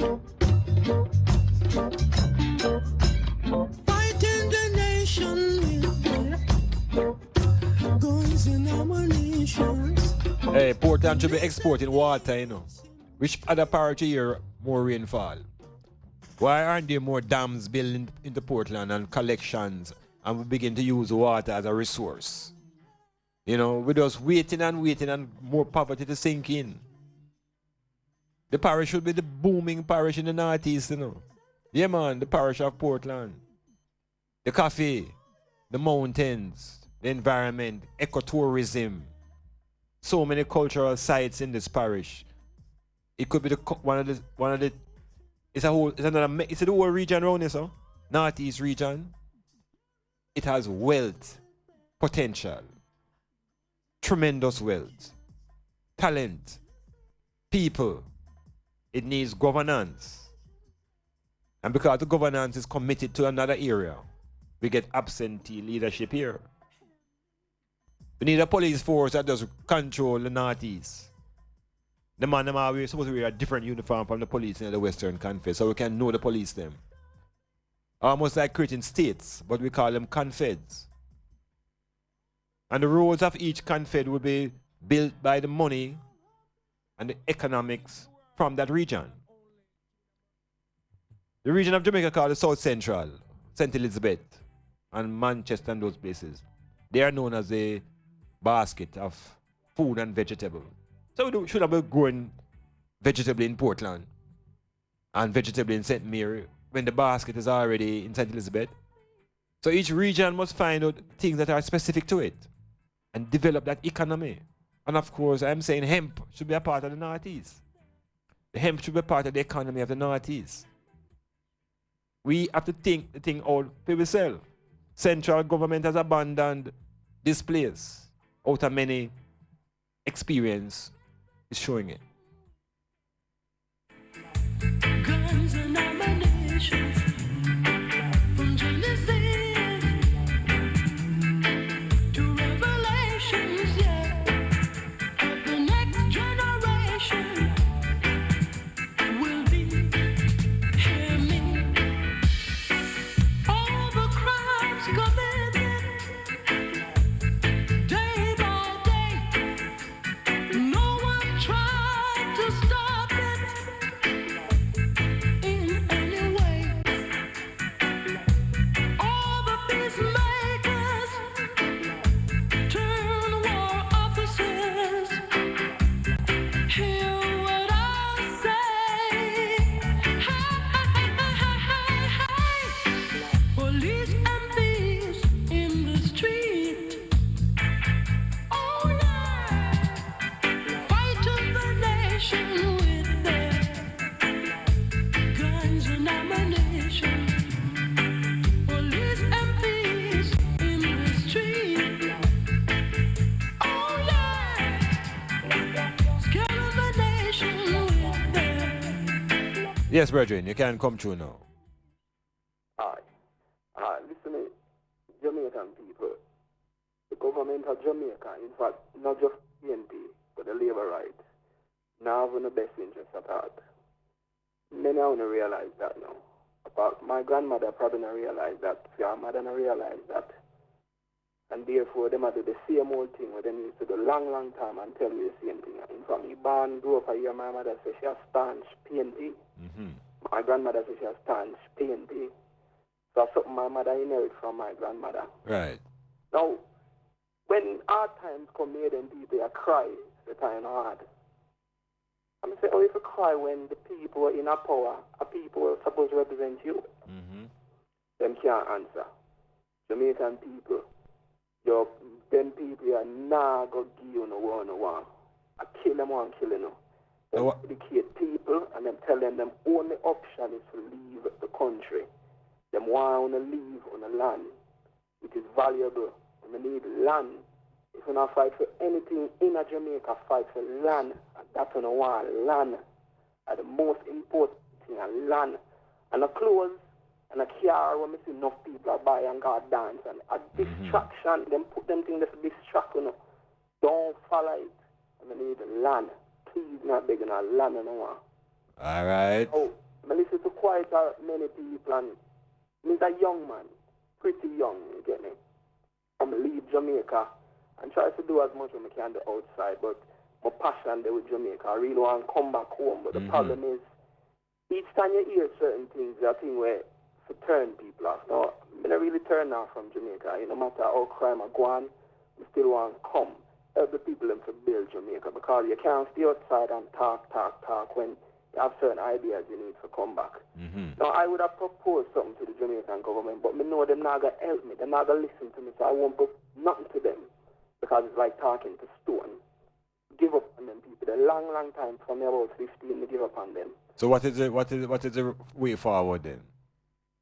The way forward, young people have to unite. Elder people them have to stand up behind young people. Let the young people them come together and talk and say, oh, we are going to overthrow them people here. Because we have to overthrow them. Well, you know that to overthrow, you need to have a comprehensive plan in place. That when they overthrow, you just, you know? Prior to overthrowing them, we have to have a plan. Yes, have a clear outline. Yeah, we have to have a clear plan exactly how we're going to move forward after overthrow them people. Yes. Because several people may forgot prison. A lot of them do crime what people know about. Yes. How much people dead in Jamaica from again independence because of gun with them people are bringing, and nobody not going to prison.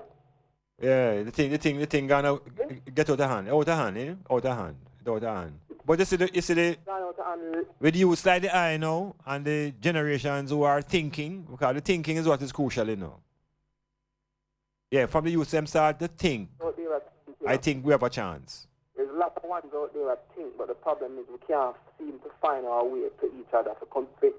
Basically, because we kind of learned something through being through the army, that as a single person, I say 10,000 people go up on the battlefield and not all decide to another fight a separate battle. Because I will not die. Everybody will lose, work together. Okay. Communicate. So then, as a man who know the army then, what we have to do then is define what the objectives are.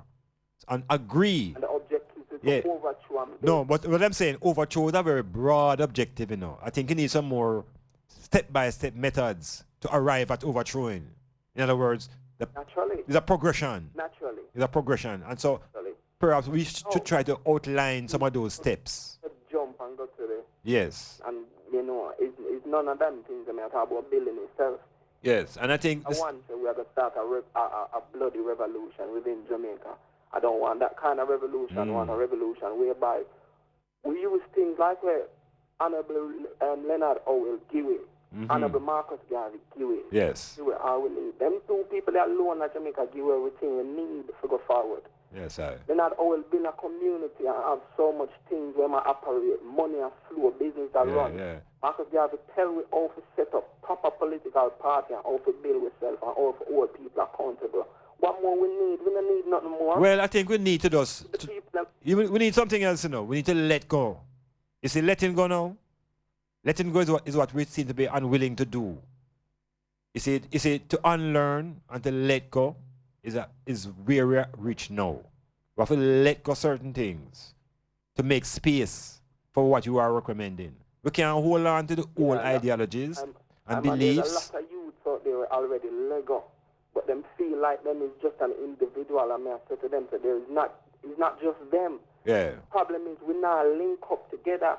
Now I listen to a brother called Jerry Small, you might be familiar with, and he said, if you have a certain idea and you have to link up with people who have like ideas like yourself, because if you still... Well, so it is. It's like, and this is why it will be small cells, you know, brethren. This is the unity that you speak of. It's not a million people in one place, you know. It's small groups who have the same ideology and same concepts. Ideas. That's where it'll come to. And eventually, you know, that will magnify. But we can't start big and stay big. We have to start small and grow the thing. No.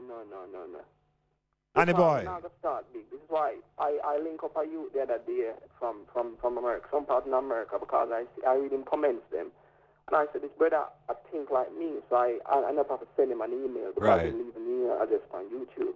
And I send him an email, I call him, I said to him, brother, this is too important right now because I don't want to reach the age of 50 and I think and I look back and say, yo, I could have did that. You could have did and what you should have done. I should have done that. You're just going to do what you know you have to do. I spend my credit. Yeah. Look up you and I link and I try to make sure that I get you. I try to get you with other people. I agree. Unless we do them thing and stop, sit down on one corner and have some little small debate. Yes. Not being careful. To have a massive debate with our brothers and sisters because a lot of them have solutions of problems. Yes. A lot of them who leave the country back when 13, 14, 15 years ago. Yeah, they have recommendations and suggestions. To come back and build Jamaica. All right. Well, I think we're going to start build Jamaica from the outside because we need the people on the outside now to get more unified. You see, you want the people them on the far out. Is if Una get organized outside, and it can be solved. Because Una will have to come in mass. Yeah. We want 1 million man return to Jamaica. We want 1 million Jamaicans return to Jamaica. We don't need a million. All right. That mean it's metaphorical. It's metaphorical. I believe it's metaphorical. 40 man. Even if you have 40 man. Yeah, man. The million is just a metaphorical song. Have to start alone, Marcus Garvey started alone. All right. And in bill. What if we go through? 1 million. Because trust me, you're not going to get 1 million. All right. Give thanks to the first link, yeah? Because there are others online and we know so we can converse right through and through. No, so? Yeah, we talk still. As yes, I. We like a number here where we can read. Yeah, man. Yeah, man. Me give you an address on your Facebook. You hear me, sir? I will give you an email address on my Facebook and we can link it up. All right? Yeah, man. All right. Rastafari. This is Styles FM. It's time to rock. We're going to be rocking Jamaican radio like it has never been rocked before. 96.1 on your FM, man. Styles FM. Don't you miss it. Saturday morning from 9 o'clock until 1 on the PM. Yours truly calling Anthony the man with all the money on it. Takes the way with the music. Yes, Styles trivia, news, features, and much more. We've got it in store. Don't you miss it. Every Saturday morning, live on Styles 96.1, the People Station. We've got a plan. You've got a plan. Calling Anthony. Cliffhanger Restaurant and Lounge presents Off the Cliff starting Friday, November 28th at 11 p.m. with live performance by Raging Fire. Admission ladies, 500, gents, $1,000 with complimentary finger food and rum punch. Available entries, curried goat, country fried chicken, and fish. For more info, call 860-1395 or 869-5931. Off the Cliff every last Friday at Cliffhanger Restaurant and Lounge. Located at Rough Creek, Long Bay, Portland. Architects, draftsmen, and surveyors, get your drawings printed in high-quality professional standards. We can satisfy your printing needs. Whether it is for presentation to your clients or for submitting building and subdivision application, make it VJ Printing Services. Whether drawing by hand or with computer-aided softwares, we will plot your negatives and print the copies as you need. We do high-quality white paper printing that is water-resistant and never fades, unlike traditional blueprint. For more information, call VJ Printing at 893-2266. Do you have or are you seeking a place to rent, seeking employment or have a job vacancy? Are you selling a car or having a garage sale? Then come see us. Let Styles do the advertising for you and you'll be on your way in no time.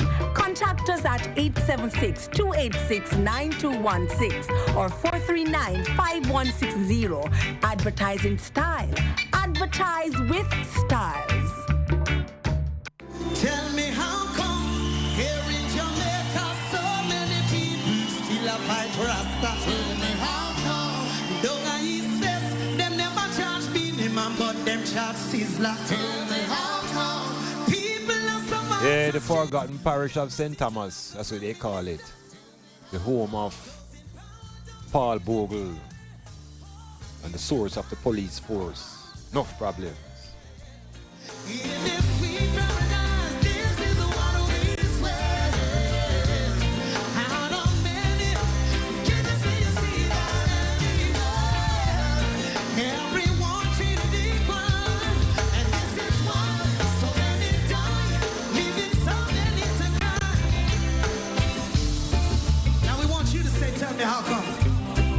Yeah, tell me how come St. Thomas and Portland and St. Mary and St. Anne's in such a economically deprived condition? How come?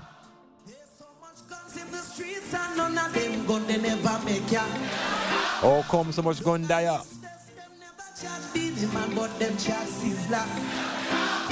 The dollar value's going down, and everything's going up around town. Tell me how come I'm gonna let the get gone down? Life is so unfair.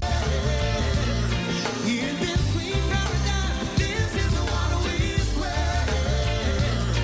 How to many? Yeah, this island, this parish of St. Thomas now, which is another part of this Eastern Confederation. St. Thomas is a powerful place in here. Yeah, man, but it's one of the most repressed parishes. I think there's more police in St. Thomas than any other parish in Jamaica. I have no evidence of that, statistically. It's just my feeling, based upon my movements in that parish. And I travel through St. Thomas quite often. I live in Portland for so long. I go to St. Mary regularly, and I just in the Northeast. And this has been my domicile for decades. And I find that St. Thomas people there are black. The blackest people I meet in the island, in St. Thomas. And the people in St. Thomas are revolutionaries in culture because they coming out. It's powerful in St. Thomas.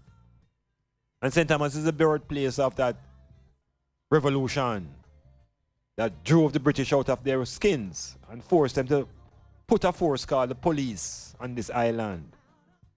And the police have taken up root in St. Thomas.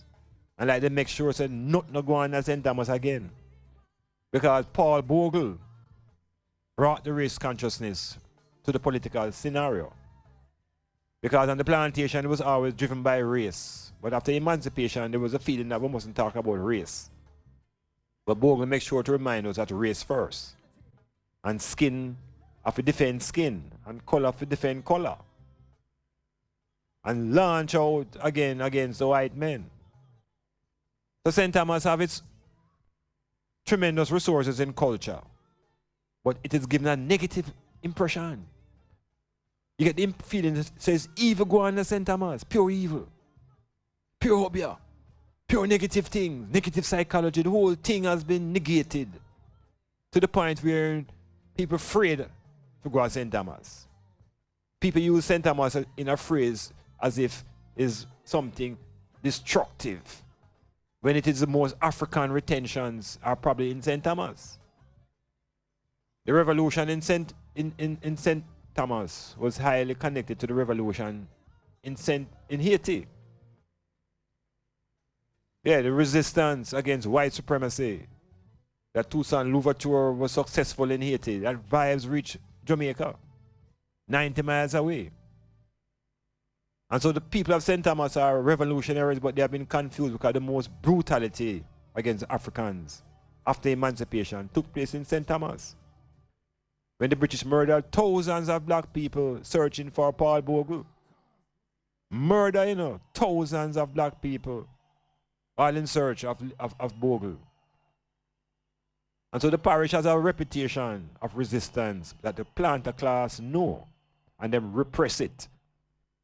So it was very surprising to the Jamaican population when in 1989 a football team named Port Morant United came to the national scene. Port Morant was set up by Anthony Barrett.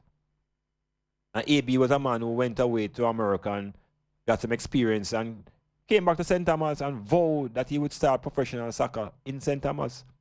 Of course, the people in the parish kind of laugh after him because they had no concept of professionalism as a sport. What AB did, AB go to town, Kingston, and recruit the best ball of them. Some of them from the Manning Cup team of Camperdown, along with Jackie Walters as the coach. And as the Virgin said earlier in the phone call, offered official contracts. Alan Cole, one of our greatest players ever, also became the coach at Port Morant. And AB brought in professional chef, professional managers, team transportation, bus, built a stadium in Port Morant. Unfortunately, AB was on his own. Nothing else was happening around the island to match what Port Morant was doing. Port Morant was also the first team to bring in foreign players. In that we had 2 Trinidadian nationals playing in the Port Morant team. Latape, who went on to play for Scotland, a great Trinidadian national midfielder, and Leonson Lewis, who was a great forward. So St. Thomas has tried to advance itself with its own efforts. But there is something in the atmosphere that is repressive, that makes these teams and these regions so difficult to develop, that the Port Morant team eventually collapsed because the football in the country wasn't ready for a professional club. Port Morant couldn't make any money when they left Port Morant because no other teams had any enclosed venues. So eventually the money would run out and the players would run away. Most of the players ran away from St. Thomas and they ran into Portland. And when they got into Portland, they formed up a team called Taurus United. And so the same professional attitude was attempted to bring into Portland. It didn't last long here because of another set of problems. You know, identity issues, where the players could not be connected to the parish of Portland because they didn't even come from St. Thomas. The Portland players came from Kingston. And so there was another problem that arose. But the point I'm really making is that St. Thomas, Portland, St. Mary and St. Anne collectively could be a very powerful state, a confederation we call it, and could develop an economic base from those 4 parishes. St. Thomas also has tremendous amount of football potential. But the players are extracted from St. Thomas and they go into Kingston. Some lose their way, some never make it back to the parish.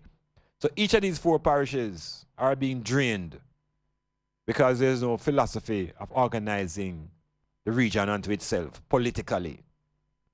So there needs to be a political reconfiguration. If we burn down the Westminster model, it is part of our enslavement. Enslavement is not only religious, there is political enslavement. And the population has been enslaved to the Westminster model. The Virgin earlier mentioned about how he thinks the football could improve, that we must give more clubs chance to develop. And what the Virgin don't seem to understand is that there's a difference between recreational sports. I'm sure he does. But recreational football is not what we're talking about. In recreational football, you become democratic and you expand it to the many. If you're going to talk about professional football, football is going to take on an elitist structure to achieve the best and the superior. So you can't have many teams when you're searching for the superior team. So that is the link between joining up the 2 parishes. You join St. Thomas and Portland, the best teams from those 2 parishes should have enough resources to sustain itself at the premier level. Kingston is 1 parish. St. Andrew is 1 parish. But they run the country under the banner of Kingston and St. Andrew. It's a unification. I'm suggesting the same thing should take place in the Eastern Confed.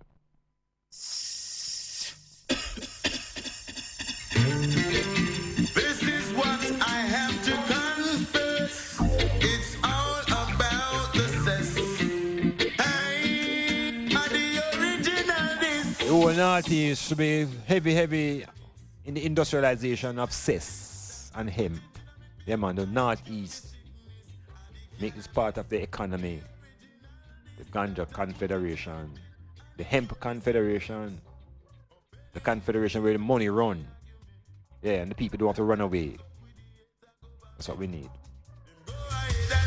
Keep a conference. That's what we say, select to cook up at the next. The man's the question, what a weed is this? Them get to find out it can make fabric. Then do a research from the ganja, yeah. And get to find out it can make paper. Don't be touching to the other class. Cannabis and put it in a hijacks. Them even put it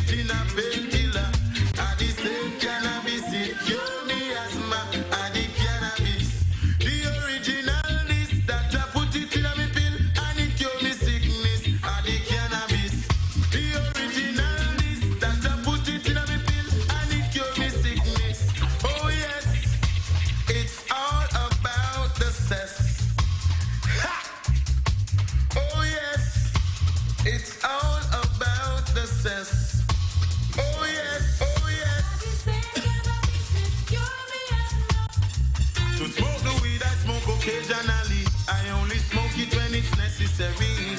Oh Lord. So talk you talk and talk about the weed, cause what I know is what I believe. To wash my clothes and cook my food and put me in the right mood. Take a job for the weed and me both to take a lift of the cannabis. Hey, if you understand, say no for hide and seek. Lawyers and doctors are hide and seek. It's a government. Jah have mercy on them souls. Let me hear some more. St. Thomas have so many great musicians. St. Thomas, St. Portland, St. Anne's, and St. Mary need a major musical entertainment center for this whole region. Yeah, man, we have to put the infrastructure in place to make the region meaningful. Those who govern must be committed to the area. Yeah, man, we need to have a revolution in this Eastern Confederation, St. Thomas to St. Anne's. People them decide, say, oh, I get town nothing too much more, you know. Central government must become a symbolism. Yes, central government, symbolic. But the reality must be at the confederation level. Education system. We already have these regional systems, you know, but they don't have any power. They need to be empowered. Educational system. The Eastern Confederation should have its ministry here.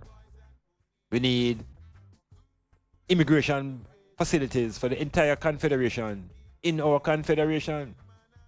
Yeah, we have to call for the government facilities and amenities to serve the region, that we don't have to be bowing to the central people in town that them can rob way out here in the west and the east. That's what I'm about, accountability. Watch the island sail out. Then Ghana World Bank and them need to look bail out. Oh yes. Only private sectors get the benefit of poor people's doubt. They all see and know that the system is worse than hand to mouth. So what should a youth in St. Thomas aspire for after them leave high school? I spent time at St. Thomas Technical, and the majority of youth them on the way out is police them will turn. Or them in cut some cut business, some sugarcane business. It needs to be better than that. St. Thomas people need to have greater access. Where was good here and the Surge Island and the banana, everything just dry up. So St. Thomas should grow hemp then. Yeah man, hemp. Rastafari know that the region need an economy. And St. Thomas, hemp, St. Anne's, medical ganja. Yeah, the region, make you think regional and escape the trauma of this failed state of governance that we have to be living under.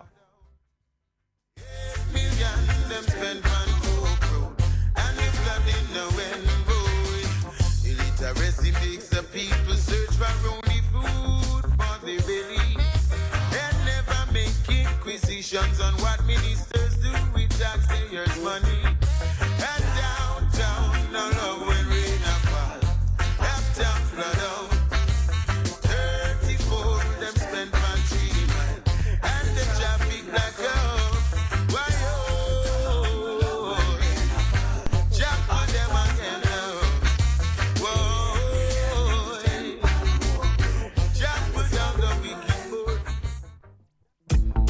Yeah, hear me, uncle? See the amount of divestment we see upon white necks and private sectors that are take over. This governmental system only create the prostitutes and robbers and thieves. The amount of factory music closed down the other day. And people without jobs and wicked salaries. Why? Worries and problems. We get to youths are working hard to survive. Politicians still coming with bribe, but then the youths are rolling on worries and problems.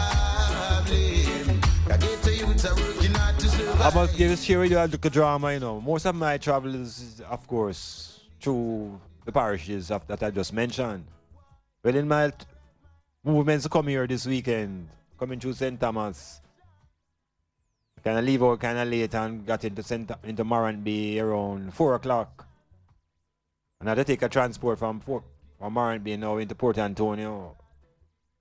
So it's really like the last bus leaving. So it wasn't so crowded. I don't know what was happening. I think it was a Thursday.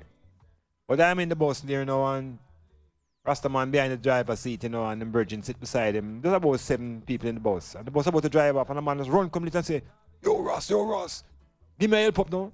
Short, I know. Short of fear, The Ross driver says, how much is short? He said, boy, we really short in them. Say, no, man, just tell me what you have, man. He said, boy, I have $1.50. The man said, driver said, oh, you mad?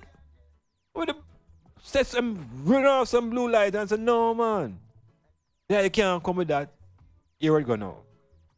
The fare costs $400. And the brother say him have $150. The driver say, you're mad. You can't give I $150 and want to carry all the way go to Port Antonio. The fare is $400, For those of you who don't understand Jamaican money, just think of $400 US. And somebody come on the bus and the money have $150. And I show you say man look at blind. If you go all the way I go. I said the brother started cuss something in the driver, the Rasta man, and I said, oh, man, you don't respect me, man. So the brother said, but Virgin, I have no more, I want to reach a Port Antonio, and he's a doctor on a bus. And the brother said, no, man, you can't be a doctor, man, you're all a marina, or you're a doctor. The brother said, but I now work today, and him said, no, man, can't take that tire. Can't take that. So the bus no one drive off, no, but the man big down the driver, and me start feel a little anxiety now for the Virgin car, the last bus, him only have 150. The fare is 400. What do you think happened?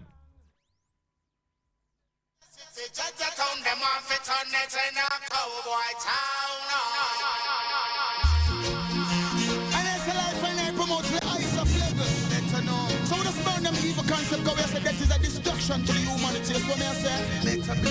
But watch her now, hey, check this, Jaja City, Jaja Town, them off it on this in a cowboy town.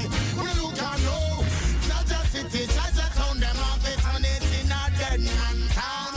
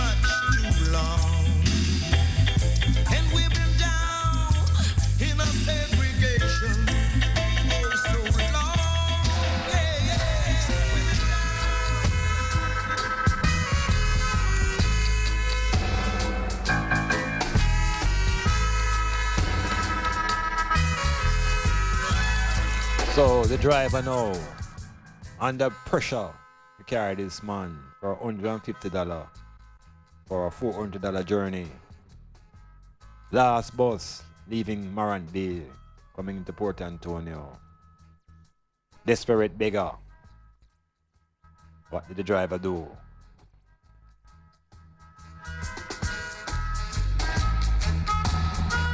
Well, I tell you, he just cost about 10 body and said, come on the bus and sit down. Yeah. I say that to tell the item that within the oppression and the dislocation on this island, there is still a consciousness of mercy. There is a cultural sympathy. This is why the Bly always work in Jamaica, you know, because I know of the oppression. That's why it's almost like a Bly country. Not blighted yet, but run from Bly. And man will give a Bly because him know say it hard. And in the knowledge of the hardship here, a man will give you what him call a Bly. So the bridging is a drive, a $400 journey for $150. No, I don't know where else on this planet that would have gone. Me know that now going in America, for sure. You get your ass off the bus, man, and you get your butt there any way you can. So we have a way to live amongst ourselves, which is what we want to consolidate. That feeling of, I don't want to say humanity, you know, because it's a Rasta man expressing Africanicity, understanding the historical struggle and the journeys of his people. And so we need that more amongst all of us. But it really begins in an identity crisis, because until you recognize yourself as an African, and don't talk about you know, born in Africa, and you put a hyphen on it, and you're an African Jamaican, and it's as long as you're in that fuzzy zone, you're living in the valley of doubt. But because this driver here was a conscious man in his own identity and understand the journey of I and I, him could find compassion, which is lacking in most of us when they have to relate to each other. The plantation never promoted compassion. The plantation was all about brutality and suffering and pain. Of course, all of this would be relieved by singing the name of Jesus. And when you sing Jesus, all pain goes away. Illusion, fantasy. The reality is, until we see ourselves as common, and in that commonality, we share our African identity, then we're always going to be bullied up by that 4%. That is the one out of the many. We have to decide ourselves.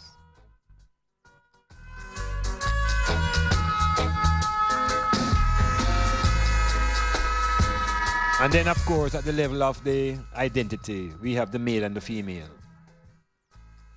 And we have been fooled again to think that these are genders that are in opposition to each other.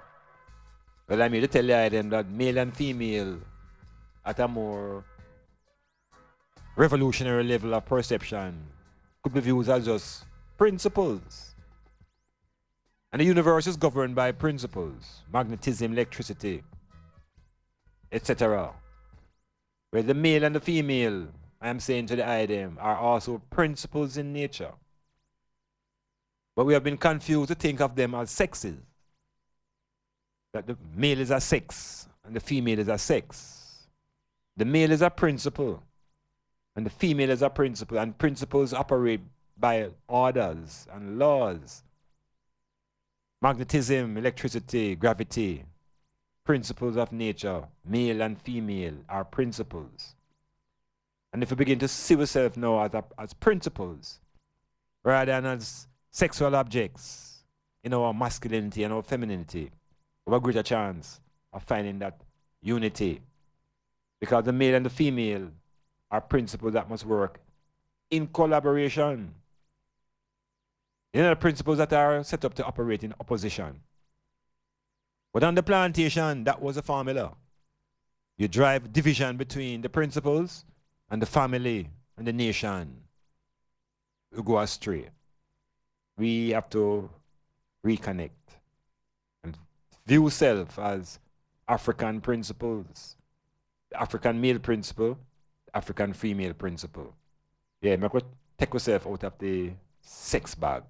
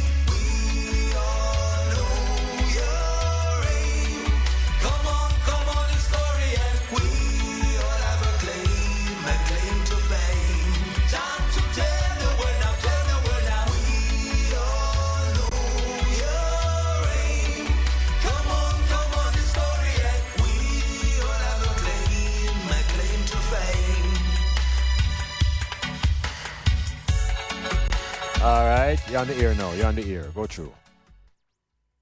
Yes, I. Yes, I. I'm on the ear lay up in the name of Pilate still I say I'm Marcus, you know? Rastafari. Of the Christ.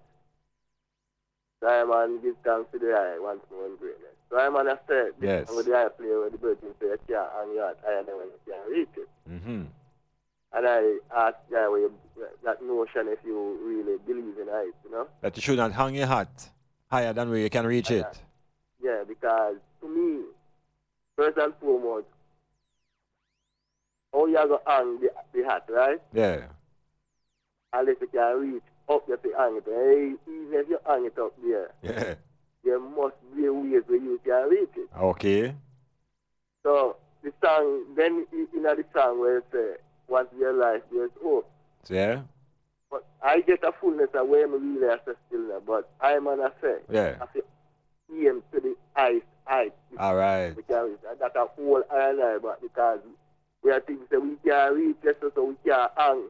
We have to think big if we have to explore the mind. Yes, I. And everything starts through the thinking process. True. We have to think high. We have to think great. Infinite. Boundless. Okay. Yes. That's the word we're governing. Right. So the whole notion now of it's like a man that says, well, then the sky is the limit. When I would say the sky is no limit. Uh-huh. So I guess I suggest that this hanging hat thing is a cliche though, you know. And a lot of us are locked into cliches sometimes without even thinking what the cliche really mean. Most definitely. You know, so as I say now, even our listeners here now must even think about it. Them say you mustn't hang your hat where your hand can reach. Well, you have said to the listeners now that anywhere your hat can hang is where you suppose you can put it. Most definitely. So maybe we should hang our hat anywhere we can hang it. Most definitely. Yes, yes. Something about it that requires a little reflection. Not true? Mm-hmm. Yeah. So we're going to go and look into that. Rasnastow. Yeah, we have to look into it. And yes. You asked about it earlier on, how the plan the reason why I call it because me hear the young accent coming in our little reason just now, you know? Yes. It's we are reason about the bus man, right? Yeah. Right?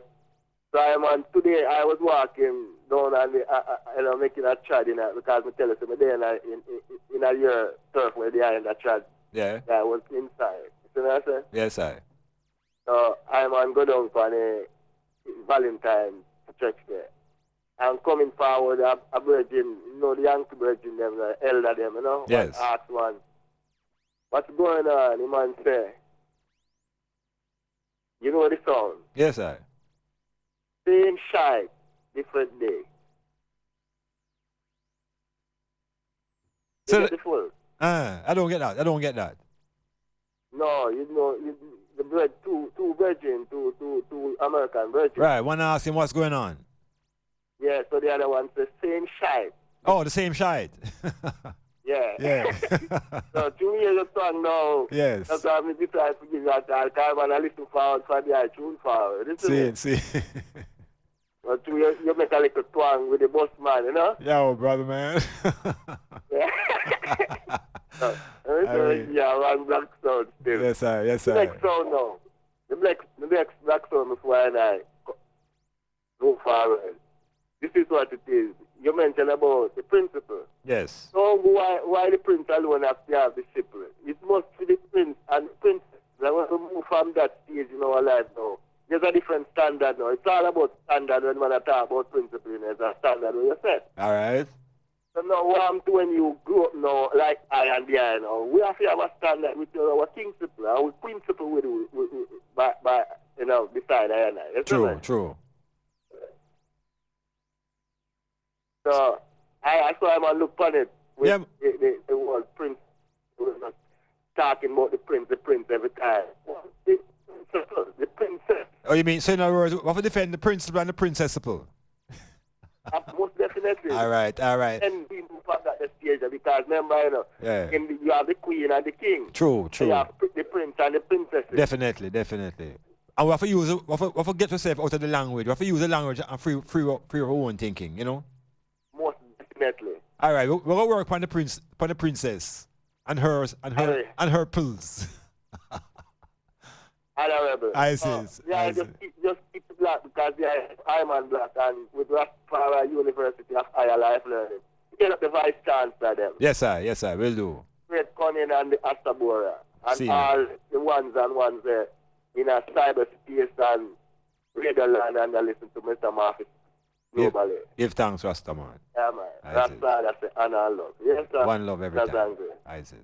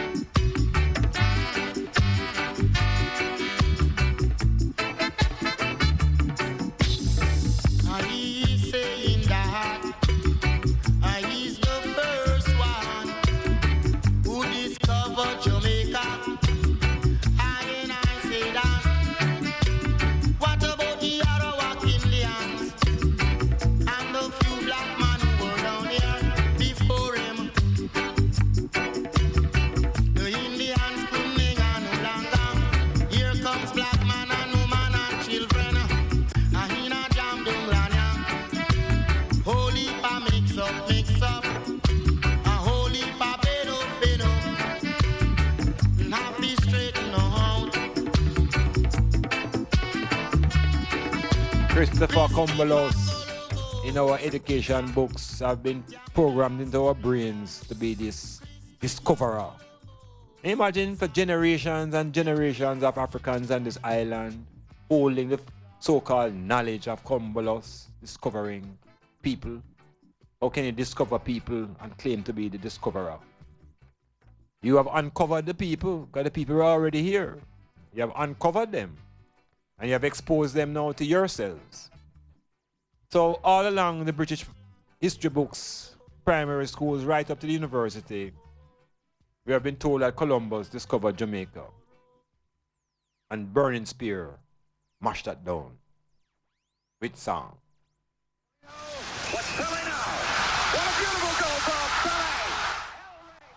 Maradona has been able to do, and he's helping England again here. This is a brilliant run. It's one of the World Cup great goals. Set. They get away first time. Tyson Gay right alongside Usain Bolt, but here he goes, streaking away already. It's Bolt all the way. He's looking round at Gay. Watch the clock. It's goal for Bolt, and again he's done it again. A new world record for Usain Bolt. They say lightning doesn't strike twice. The world belongs to Bolt. Berlin belongs to Bolt. 9.5.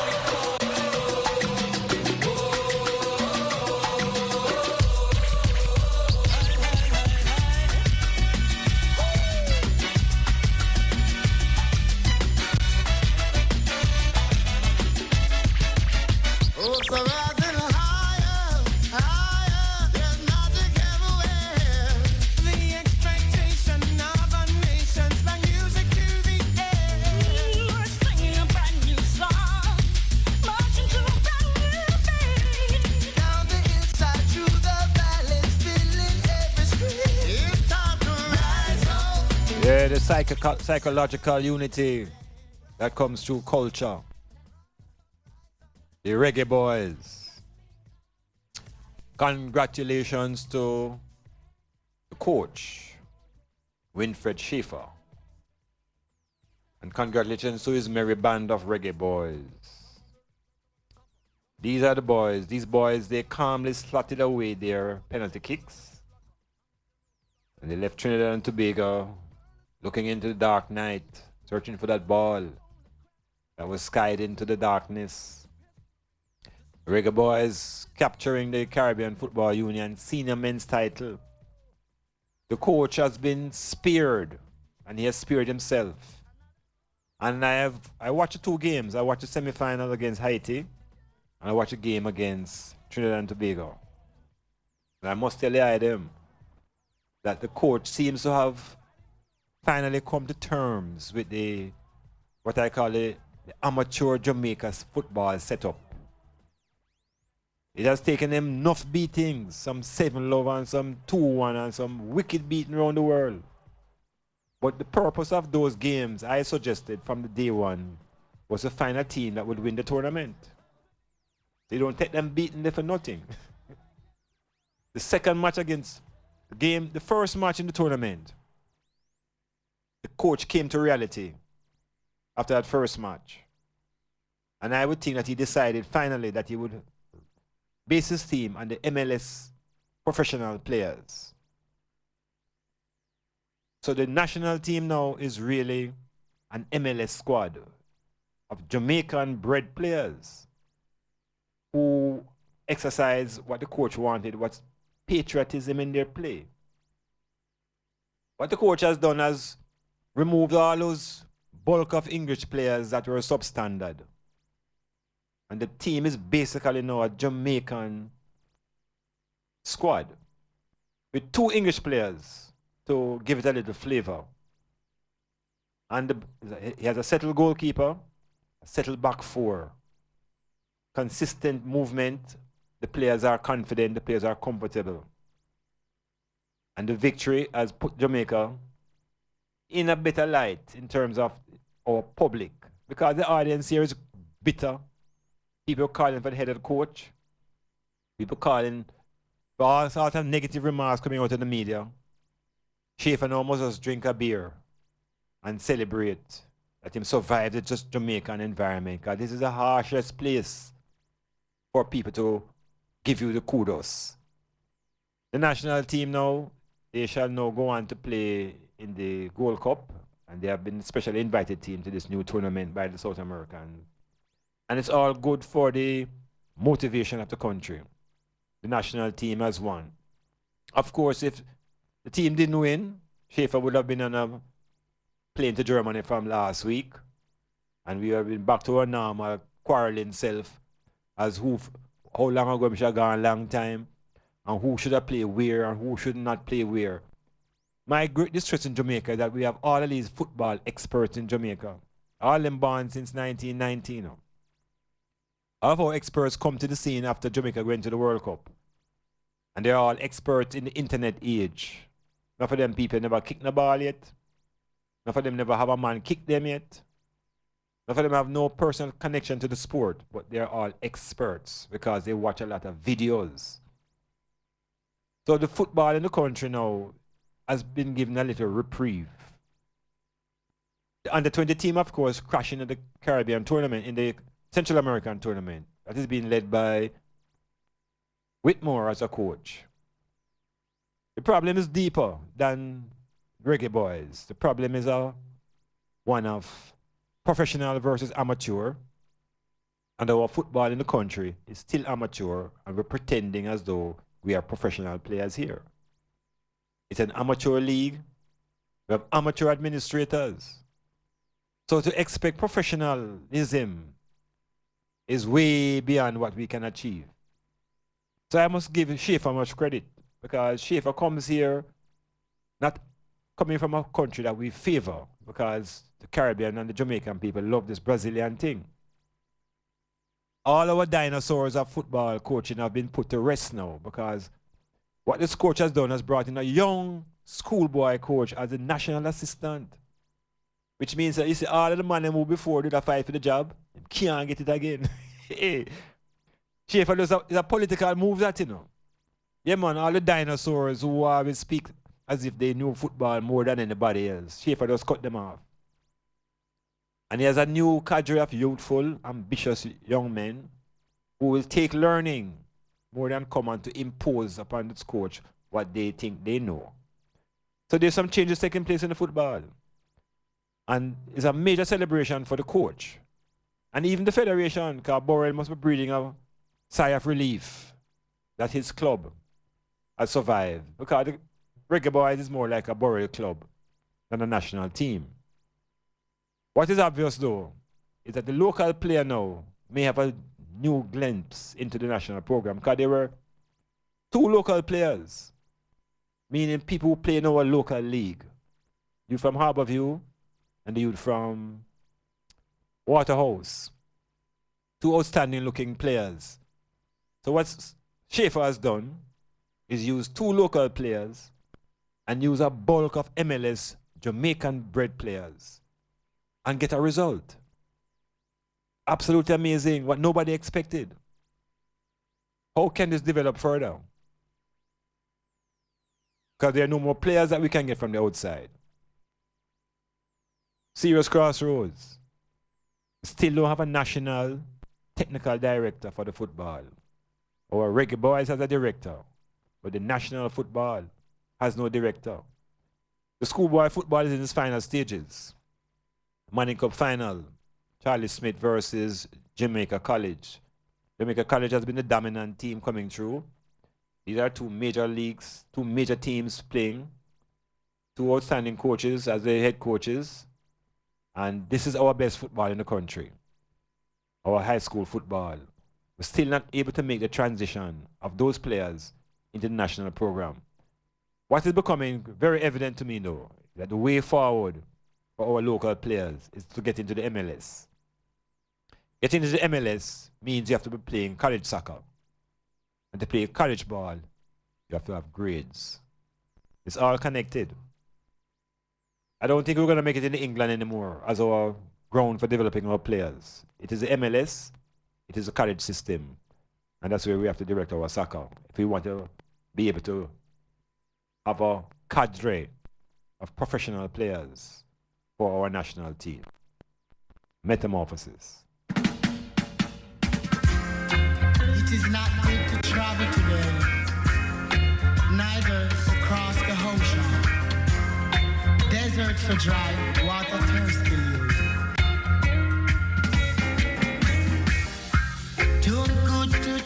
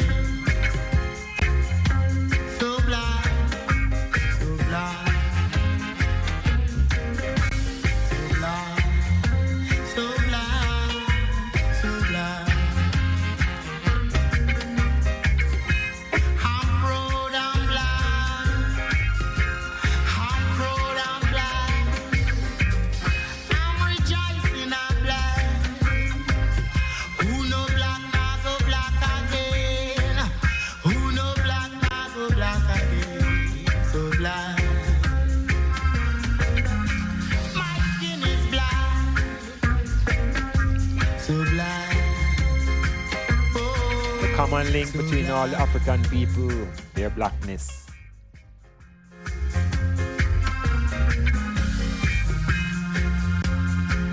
Whether you're Koromanti, whether you're Ibu, whether you're a Zulu or whether you're Mandingo, you're black.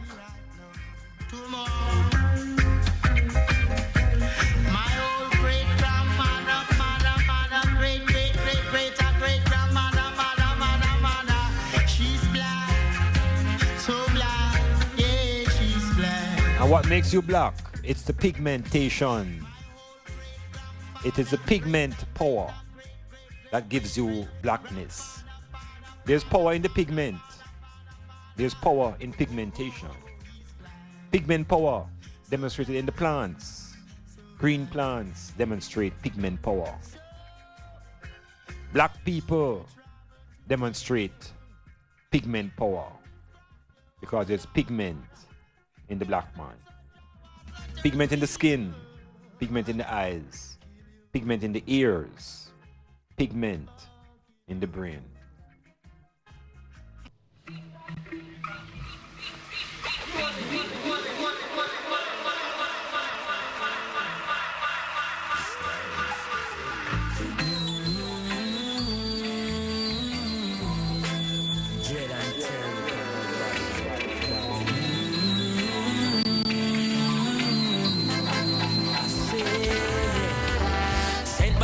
Watch them wondering when me fly down far. We step on the beast and kick down with him like a slide down bar. We burning the system, we tell the youths if we fight come far. Uplifting me sister, tell us still I see I love star. We don't want it, Babylon the system falling. But this is just the beginning of the grand finale. Finale because eventually we I want to hail up Tris in New York and all the people in the New York, New Jersey, tri-state area who are tuned into the Metamorphosis. And all the people who are in the UK, the people who are down under, people in Japan, people in Africa, people in the Caribbean, right here in the Rock, people right here in Port Antonio. Metamorphosis, I say, hail to the eye.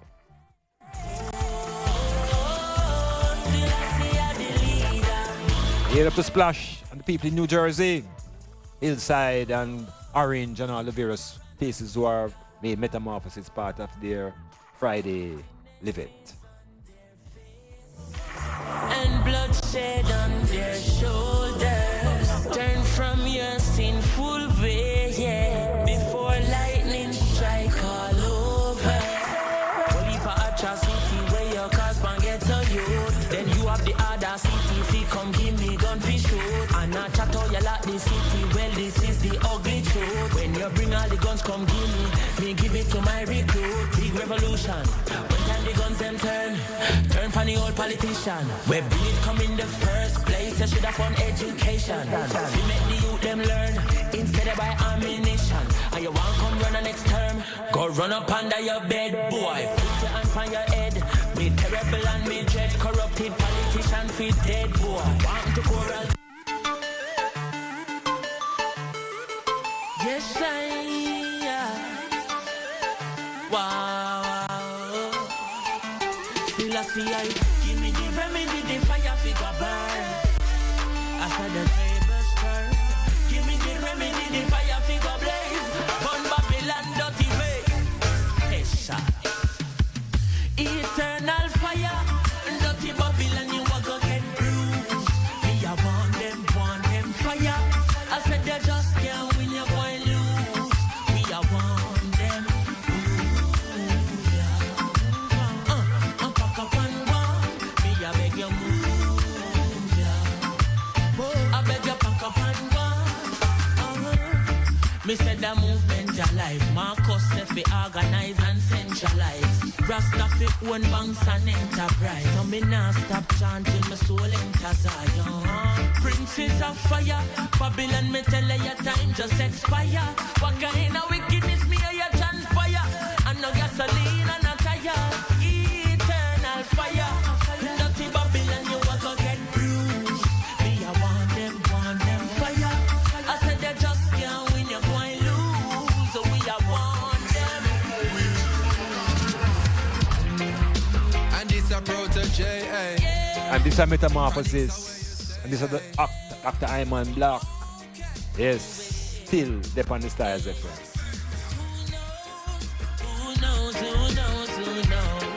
I just go where the trade wind blows, sending love to my friends and foes, and I suppose I'm pleased to be chilling in the West Indies. To provide all my wants and needs. I got the sunshine, rivers and trees. Release, hey. When me see Jah, me see a way. Drastically straight from hypocrisy, I say, hey. Every man to them own a philosophy. I live the proper way and then me read a chapter daily.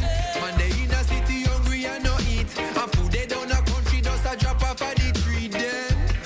You see, say poverty no real then. Is what the reason revealing. Who knows, who knows, who knows, who knows? I just go where the trade wind blows, sending love to my friends and foes, and I suppose I'm pleased to be chilling in the West Indies. I provide all my wants and needs. I got the sunshine, rivers and trees. Green leaves, yeah. When the rain hit a pot on the roof, herb just a steam pepper pot on the stew. Life is a dream if you got nothing to go Rastafari, King of all kings, ruler of things. I lift up my hands unto the hills, from whence cometh my help? My help cometh from Jah, who has made Zion and the earth. Oh gosh, give thy strength, mighty Jah, Jah, give thy strength to carry on. Give thy strength, mighty Jah, Jah, give thy strength, and no harder. Children are working harder, day and night, striving to survive. Striving to survive. Listen, lots of things to take care of. You know the going is rough, oh Lord, and the food's not enough. Lord, my kid gotta fill a little gap. That's why I say, give thy strength, mighty Jah, Jah.